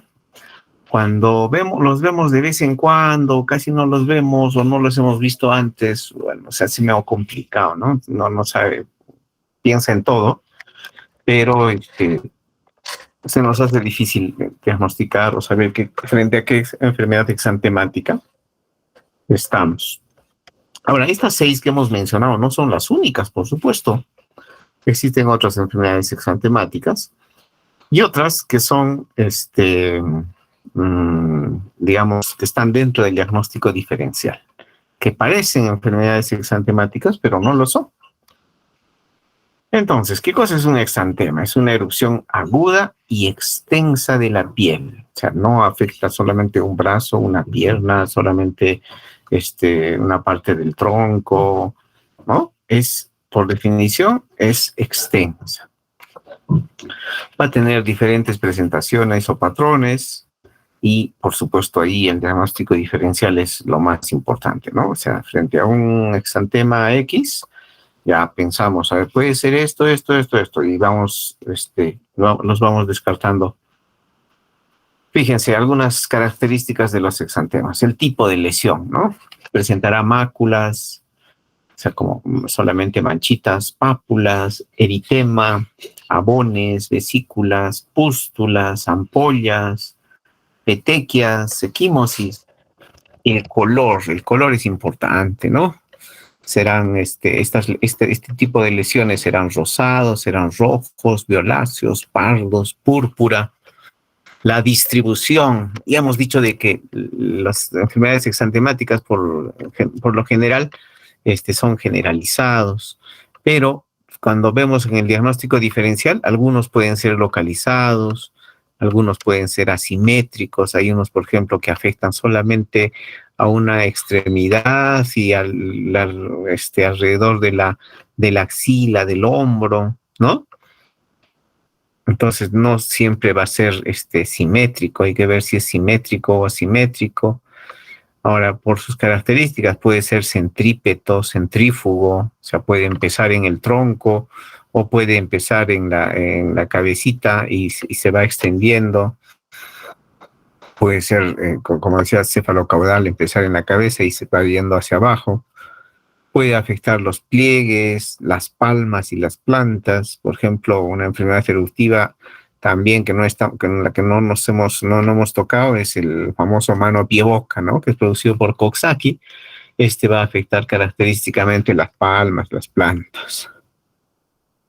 Ahora, el patrón morfológico puede ser morbiliforme, rubeoliforme, o sea, que semeja a una rubiola, escarlatiniforme, una piel así, áspera, como lo que decimos, como piel de gallina, o que semeja en este caso en la escarlatina. Puede ser reticular, con la piel reticulada, como marmoleado, ¿no? Por ejemplo, en el eritema infeccioso es así, es reticular. Puede ser urticarial, como si fuesen abones. Puede ser vesiculoso, ¿no? Como en la varicela. Igual ampolloso en la varicela también. Purpúrico en algunos casos. O polimorfo. El ejemplo clásico de polimorfo sería una varicela, ¿no? Porque ahí podemos encontrar, pues, lesiones de diferentes tipos. Ahora, dentro de los antecedentes es importante la edad, ¿no? Hay diferentes, cada enfermedad exantemática va a afectar a grupos poblacionales un tanto distintos, ¿no?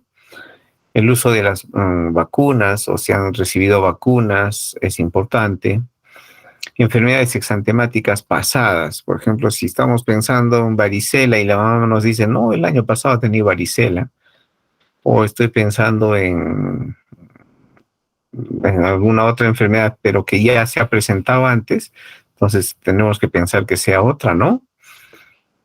El ambiente epidémico, escolar, familiar, contacto con enfermos. Entonces es fácil, por ejemplo, cuando nos dicen, ¿sabe qué, doctor? Mi hijito tiene 3 años, está con estas lesiones y en el jardín ya la mitad de la clase ha hecho varicela, ¿no? Entonces, lo más probable es que ese niño también esté presentando varicela, por ejemplo, ¿no? Como un ejemplo. Exposición ambiental y con animales, viajes a zonas de riesgo, tratamientos farmacológicos, enfermedades sistémicas. ¿Con qué síntomas están acompañados, no?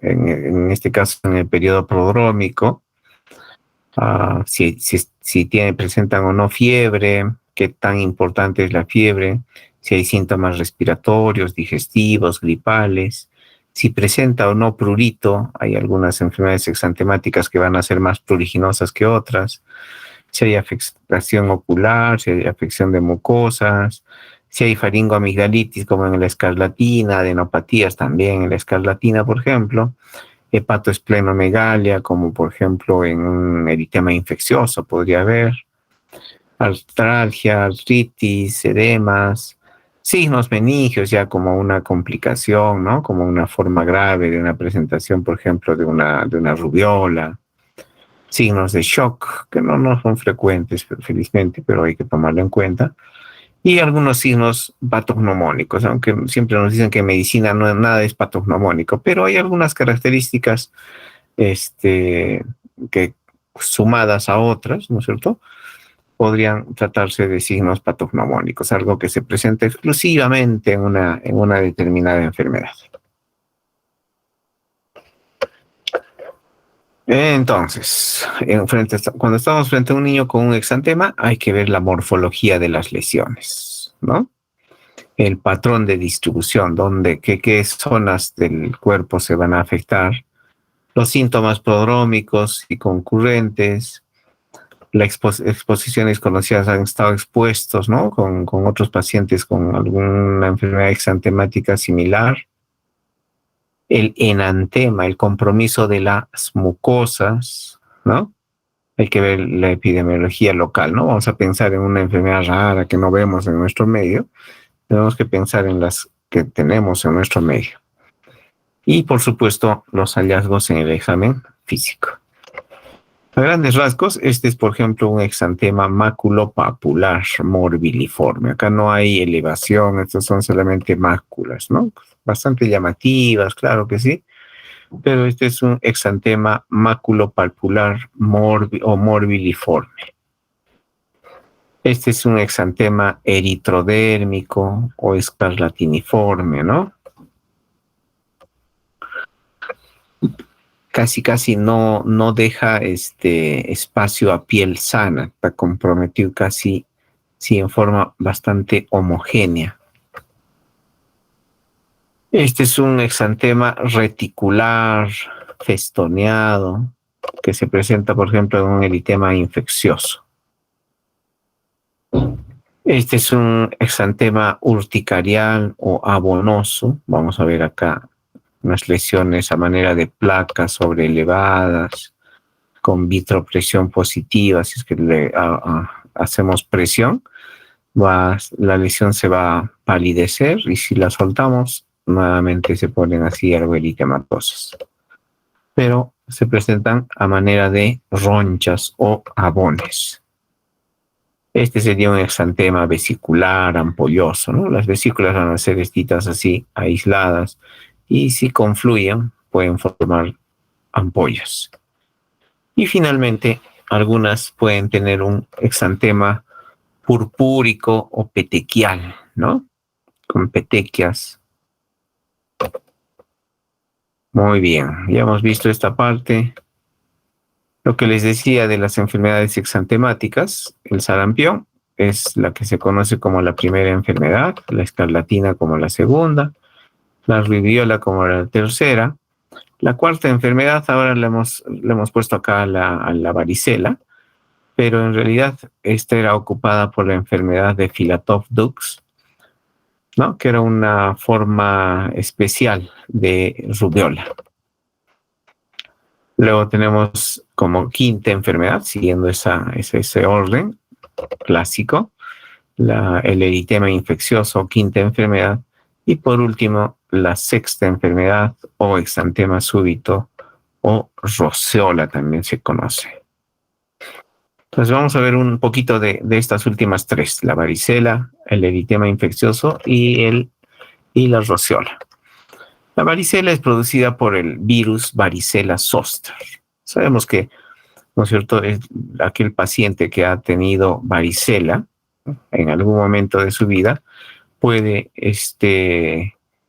virus, ¿no es cierto?, quedarse latente y volver a aparecer, pero ya para producir lo que conocemos como herpes zóster o la famosa culebrilla, ¿no? Está producida por el herpes virus humano tipo 3. Característicamente da lesiones polimorfas, ¿no? Ustedes van a encontrar en un mismo paciente máculas, pápulas, vesículas, pústulas, y si ha pasado un poquito más de tiempo, de repente algunos ya en periodo costroso, ¿no? Una característica de los virus herpes en general, ¿no es cierto?, es su latencia.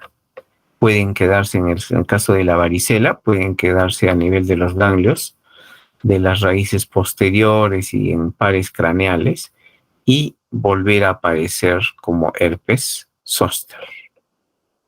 Por ejemplo, podría afectar el nervio facial y producir un tipo de herpes zóster que se conoce como Ramsay-Hunt. La varicela es altamente contagioso, ¿no? Un 90% más o menos. La edad de presentación está entre 1 y 14 años, aunque el pico es en preescolares, entre los 4 y 5 años. Y este es el herpes zóster, ¿no? Fíjense, está afectando un dermatoma.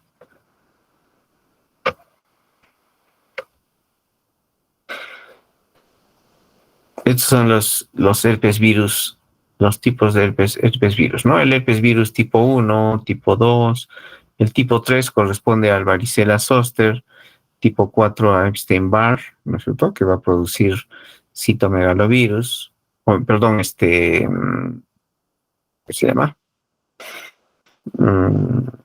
A ver, ayúdenme, chicos. Mononucleosis infecciosa, perdón. Luego tenemos citomegalovirus, que correspondería al tipo 5. Luego tenemos herpes virus tipo 6, que es el que va a producir la rociola. Lo mismo que el herpes virus tipo 7. 6 y 7 pueden producir rociola o exantema súbito. Y por último, el herpes virus humano tipo 8 es el que produce sarcoma de Kaposi. Entonces, en cuanto a la varicela, tiene un periodo de incubación, fíjense, de 10 a 21 días. Su prodromus dura 1 o 2 días. Se va a presentar en 50% de los pacientes. Hay otro porcentaje igual, ¿no es cierto?, en el que no va a haber síntomas prácticamente en ese periodo prodrómico. Y estos síntomas pueden ser fiebre, malestar, faringitis, hiporexia. Luego viene la fase exantemática, ¿no?, que dura de 3 a 5 días, ¿no?, que va a afectar cuero cabelludo. Prácticamente no respeta, ¿no? Cuero cabelludo, cara, cuello, extremidades, tronco. Puede ser algo pruriginoso, no es intensamente pruriginoso, pero de todas estas enfermedades, ¿no es cierto?, es una de las que más prurito produce. Y vamos a ver ese polimorfismo, ¿no? En un mismo paciente podemos ver varios tipos de lesiones: máculas, pápulas, vesículas, pústulas. Y en los días siguientes, costras, ¿no? Puede ser agravado el brote por sustancias irritantes, por el sol, la atopía, ¿no? Entonces, estas lesiones se pueden presentar al mismo tiempo: máculas, pápulas, vesículas, costras.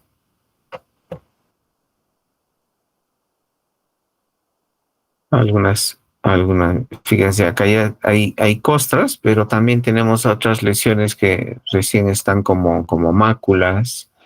Hay otras que están como vesículas, otras como pústulas y algunas ya costrosas.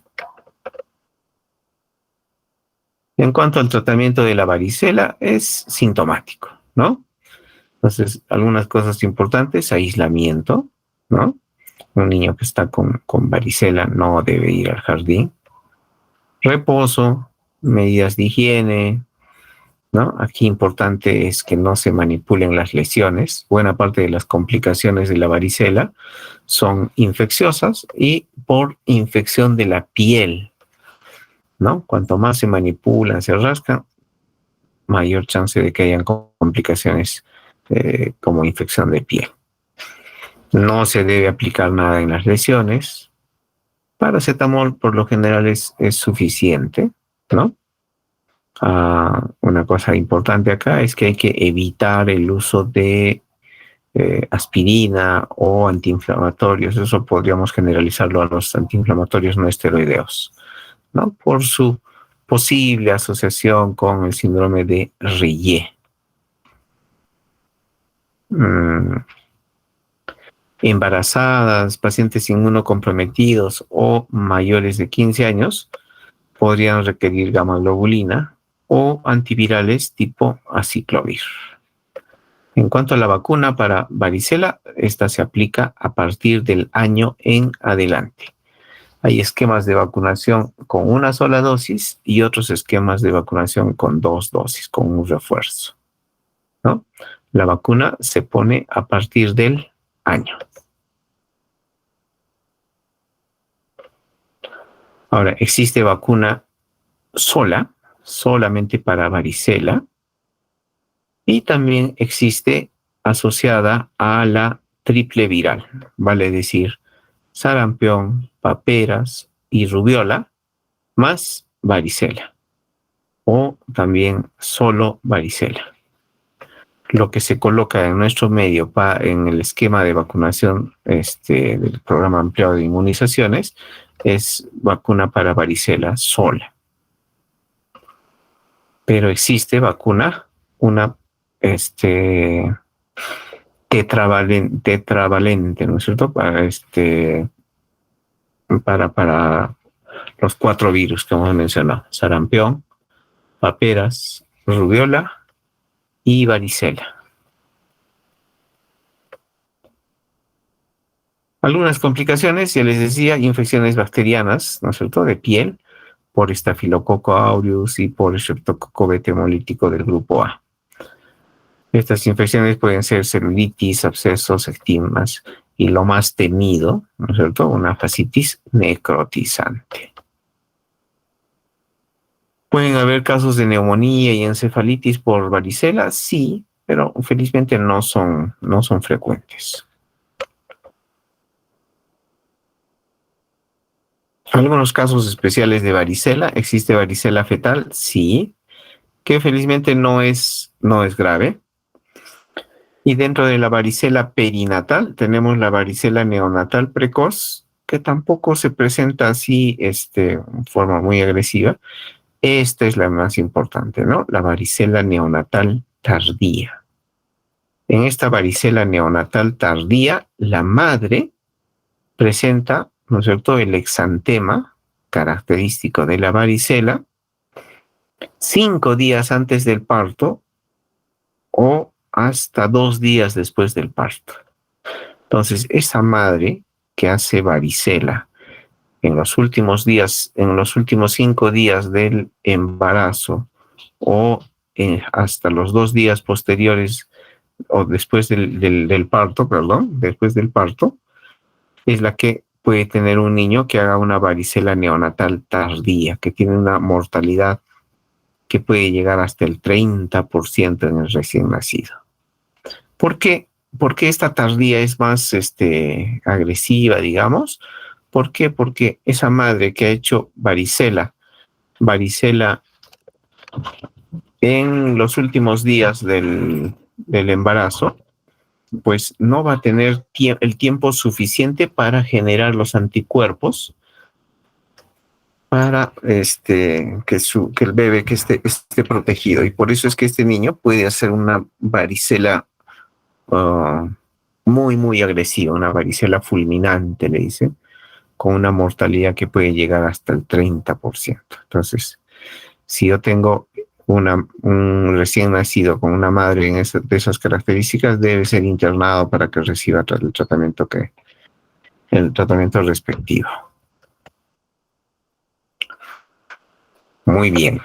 Cuando hablamos de eritema infeccioso, ustedes de lo que tienen que acordarse es de esto, ¿no? El signo de la bofetada, el signo de la cachetada. Entonces, el eritema infeccioso también se conoce como quinta enfermedad y algunos, por el virus que lo produce, ¿no es cierto?, le decimos parvovirus B19. La vía de transmisión va a ser respiratoria por la saliva. También puede existir o puede haber transmisión vertical, en este caso de la madre al niño. Más frecuente en primavera y verano, la edad de presentación entre los 5 y 15 años, fíjense, a diferencia de la varicela, esto va a ser en niños un poco más grandes, ¿no? El virus tiene afinidad por precursores eritroides y por eso puede producir inclusive anemia o crisis aplásicas y puede hacernos pensar pues que se trate de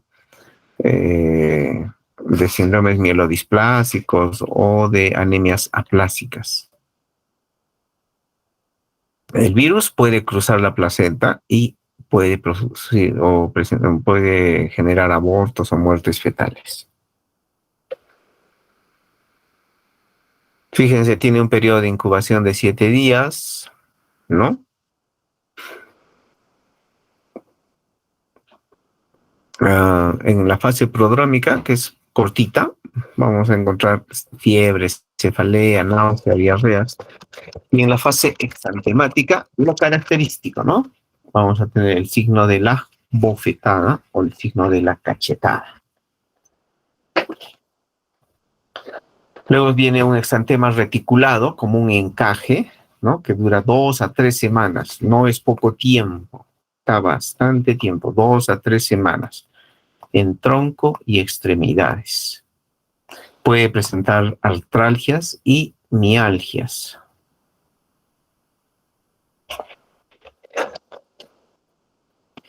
A diferencia de la escarlatina, cuando vemos el signo de la bofetada, este paciente no tiene fiebre y va a presentar este exantema reticular. Este es el signo de la bofetada. Presenta algo parecido a lo que hemos visto en la escarlatina, que sería el triángulo de Filatov o signo de Filatov, ¿no? Y este es el exantema clásico, típico, ¿no? Así, reticulado. Y este exantema, ¿no? En guante o en calcetín, así, con un exantema purpúrico, reticulado, que va a afectar manos y pies, así como en guante o en calcetín. El tratamiento es solamente sintomático, vale decir, calmar malestar, fiebre, si es que lo hubiese. No existe vacuna para el eritema infeccioso y hay que tener mucho cuidado con la duración del exantema, ¿no? A veces pensamos que todas las enfermedades exantemáticas van a ser así de corta duración. En este caso, ya han visto, puede estar 2 a 3 semanas con este mismo exantema. Este es un paciente que vimos hace poco, ¿no? Con exantema en calcetines, que afectaba fíjense, más o menos desde esta zona. Y este es el de la mamá y este es del paciente, ¿no? Y acá vemos tanto manos como pies, ¿no? Un exantema reticular que afecta manos y pies. Por último, tenemos acá el exantema súbito, que se conoce también como roceola infantil o sexta enfermedad. Y hemos dicho que es producido por el virus herpes humano tipo 6 y también por el 7, ¿no?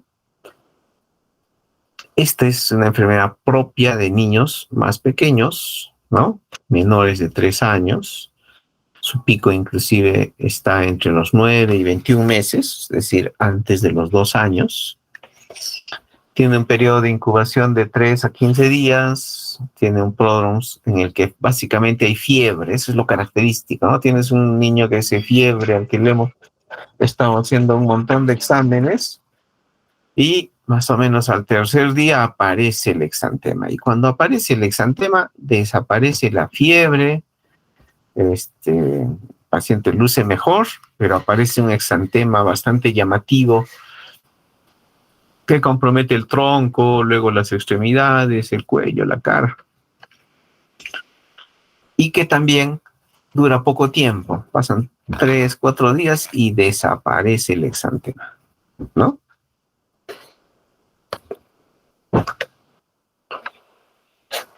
Entonces, en el exantema súbito, fíjense, a diferencia del sarampión, hay fiebres altas por 3 días, no hay tos, no hay coriza, no hay síntomas respiratorios, que sí va a haber en el sarampión. Hay un exantema morbilliforme, parecido al del sarampión, pero cuando aparece el exantema, sobre todo el paciente mejora, desaparece la fiebre. En el caso del sarampión, el paciente se pone peor. Y este es un paciente con exantema súbito, ¿no? Es un exantema morbilliforme, no confluyente. Si ustedes se dan cuenta, hay espacios de piel que están sanos.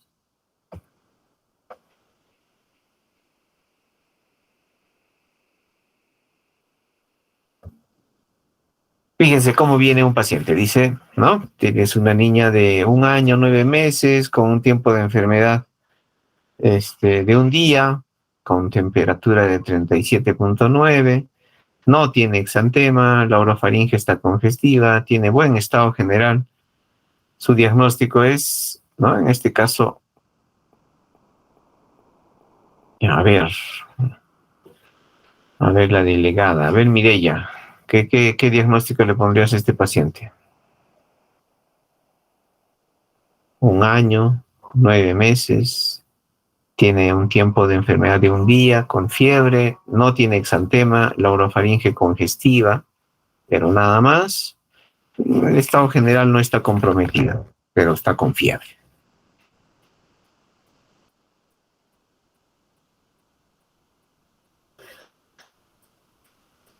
Ya está, tienes un síndrome febril.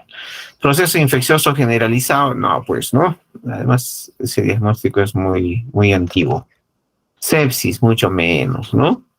Fiebre sin foco por el tiempo de enfermedad. Si tuviese más de 3 días, ¿no es cierto? Podríamos estar hablando de fiebre sin foco. Fiebre de origen desconocido, ya hemos visto que no corresponde, ¿no? Muy bien. Ahora, el manejo. ¿Qué manejo debe incluir?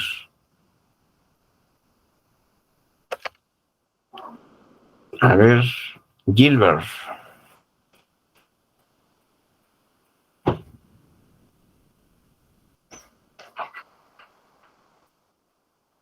Presente, doctor.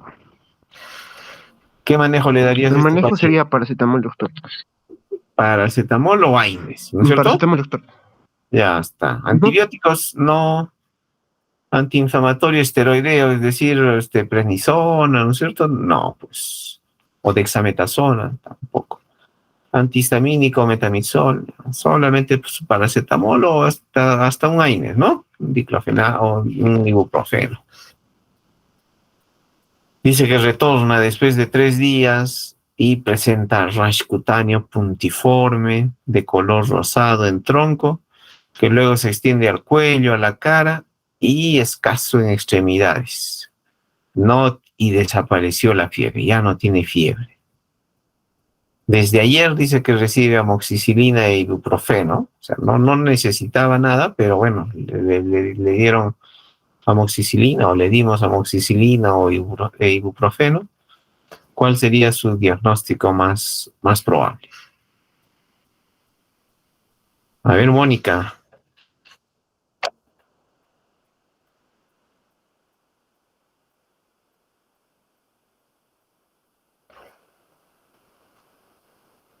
¿Está Mónica?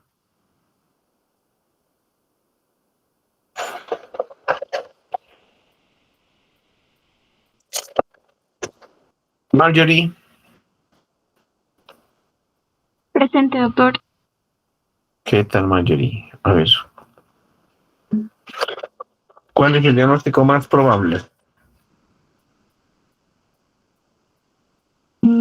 Doctor, no estoy segura, pero podría ser la D. La D, ya está. Puede ser, ¿no? Pero eso es frecuentemente, creo que el ejemplo va a servir. Podemos pensar en un RAM amoxicilina, pero lo más probable es que sea un paciente con exantema súbito en el que estamos confundiendo un RAM a la amoxicilina. ¿Ya? Entonces, ese paciente que comienza con fiebre y que desaparece la fiebre y luego, ¿no es cierto?, empieza con un rash y que estaba recibiendo, en este caso, amoxicilina, puede ser catalogado como alérgico a algún medicamento sin que lo sea. Sin que lo sea. Y doctor, una pregunta, ¿y las alergias, o sea, el rama amoxicilina o antibióticos a los niños también se presenta de esa misma manera cutánea o tiene alguna característica en especial? Bueno, tiene algunas otras características, ¿no? En especial en la forma de las lesiones. En este caso, bueno, va a afectar el tronco, va a afectar el cuellito, la cara, y generalmente va a lucir bien porque ya pasó ¿no es cierto?, la fiebre. Entonces vas a tener un paciente en buen estado general, ¿no? Y otra cosa, el prurito, la rociola habitualmente no produce prurito. Un RAM sí, por lo general va a producir prurito o prurito intenso, ¿no? Entonces, fíjense, este paciente que no debió haber recibido antibiótico, termina recibiendo antibiótico y va a terminar confundiéndonos, haciéndonos pensar de que se trata de una reacción adversa al medicamento. Muy bien. Entre las complicaciones que se pueden presentar con el exantema súbito están encefalitis, el síndrome hemofagocítico, ¿no? Y algo que se parece a una mononucleosis. El síndrome hemofagocítico es una cosa felizmente rara, pero que se puede presentar, ¿no? Y con eso terminamos.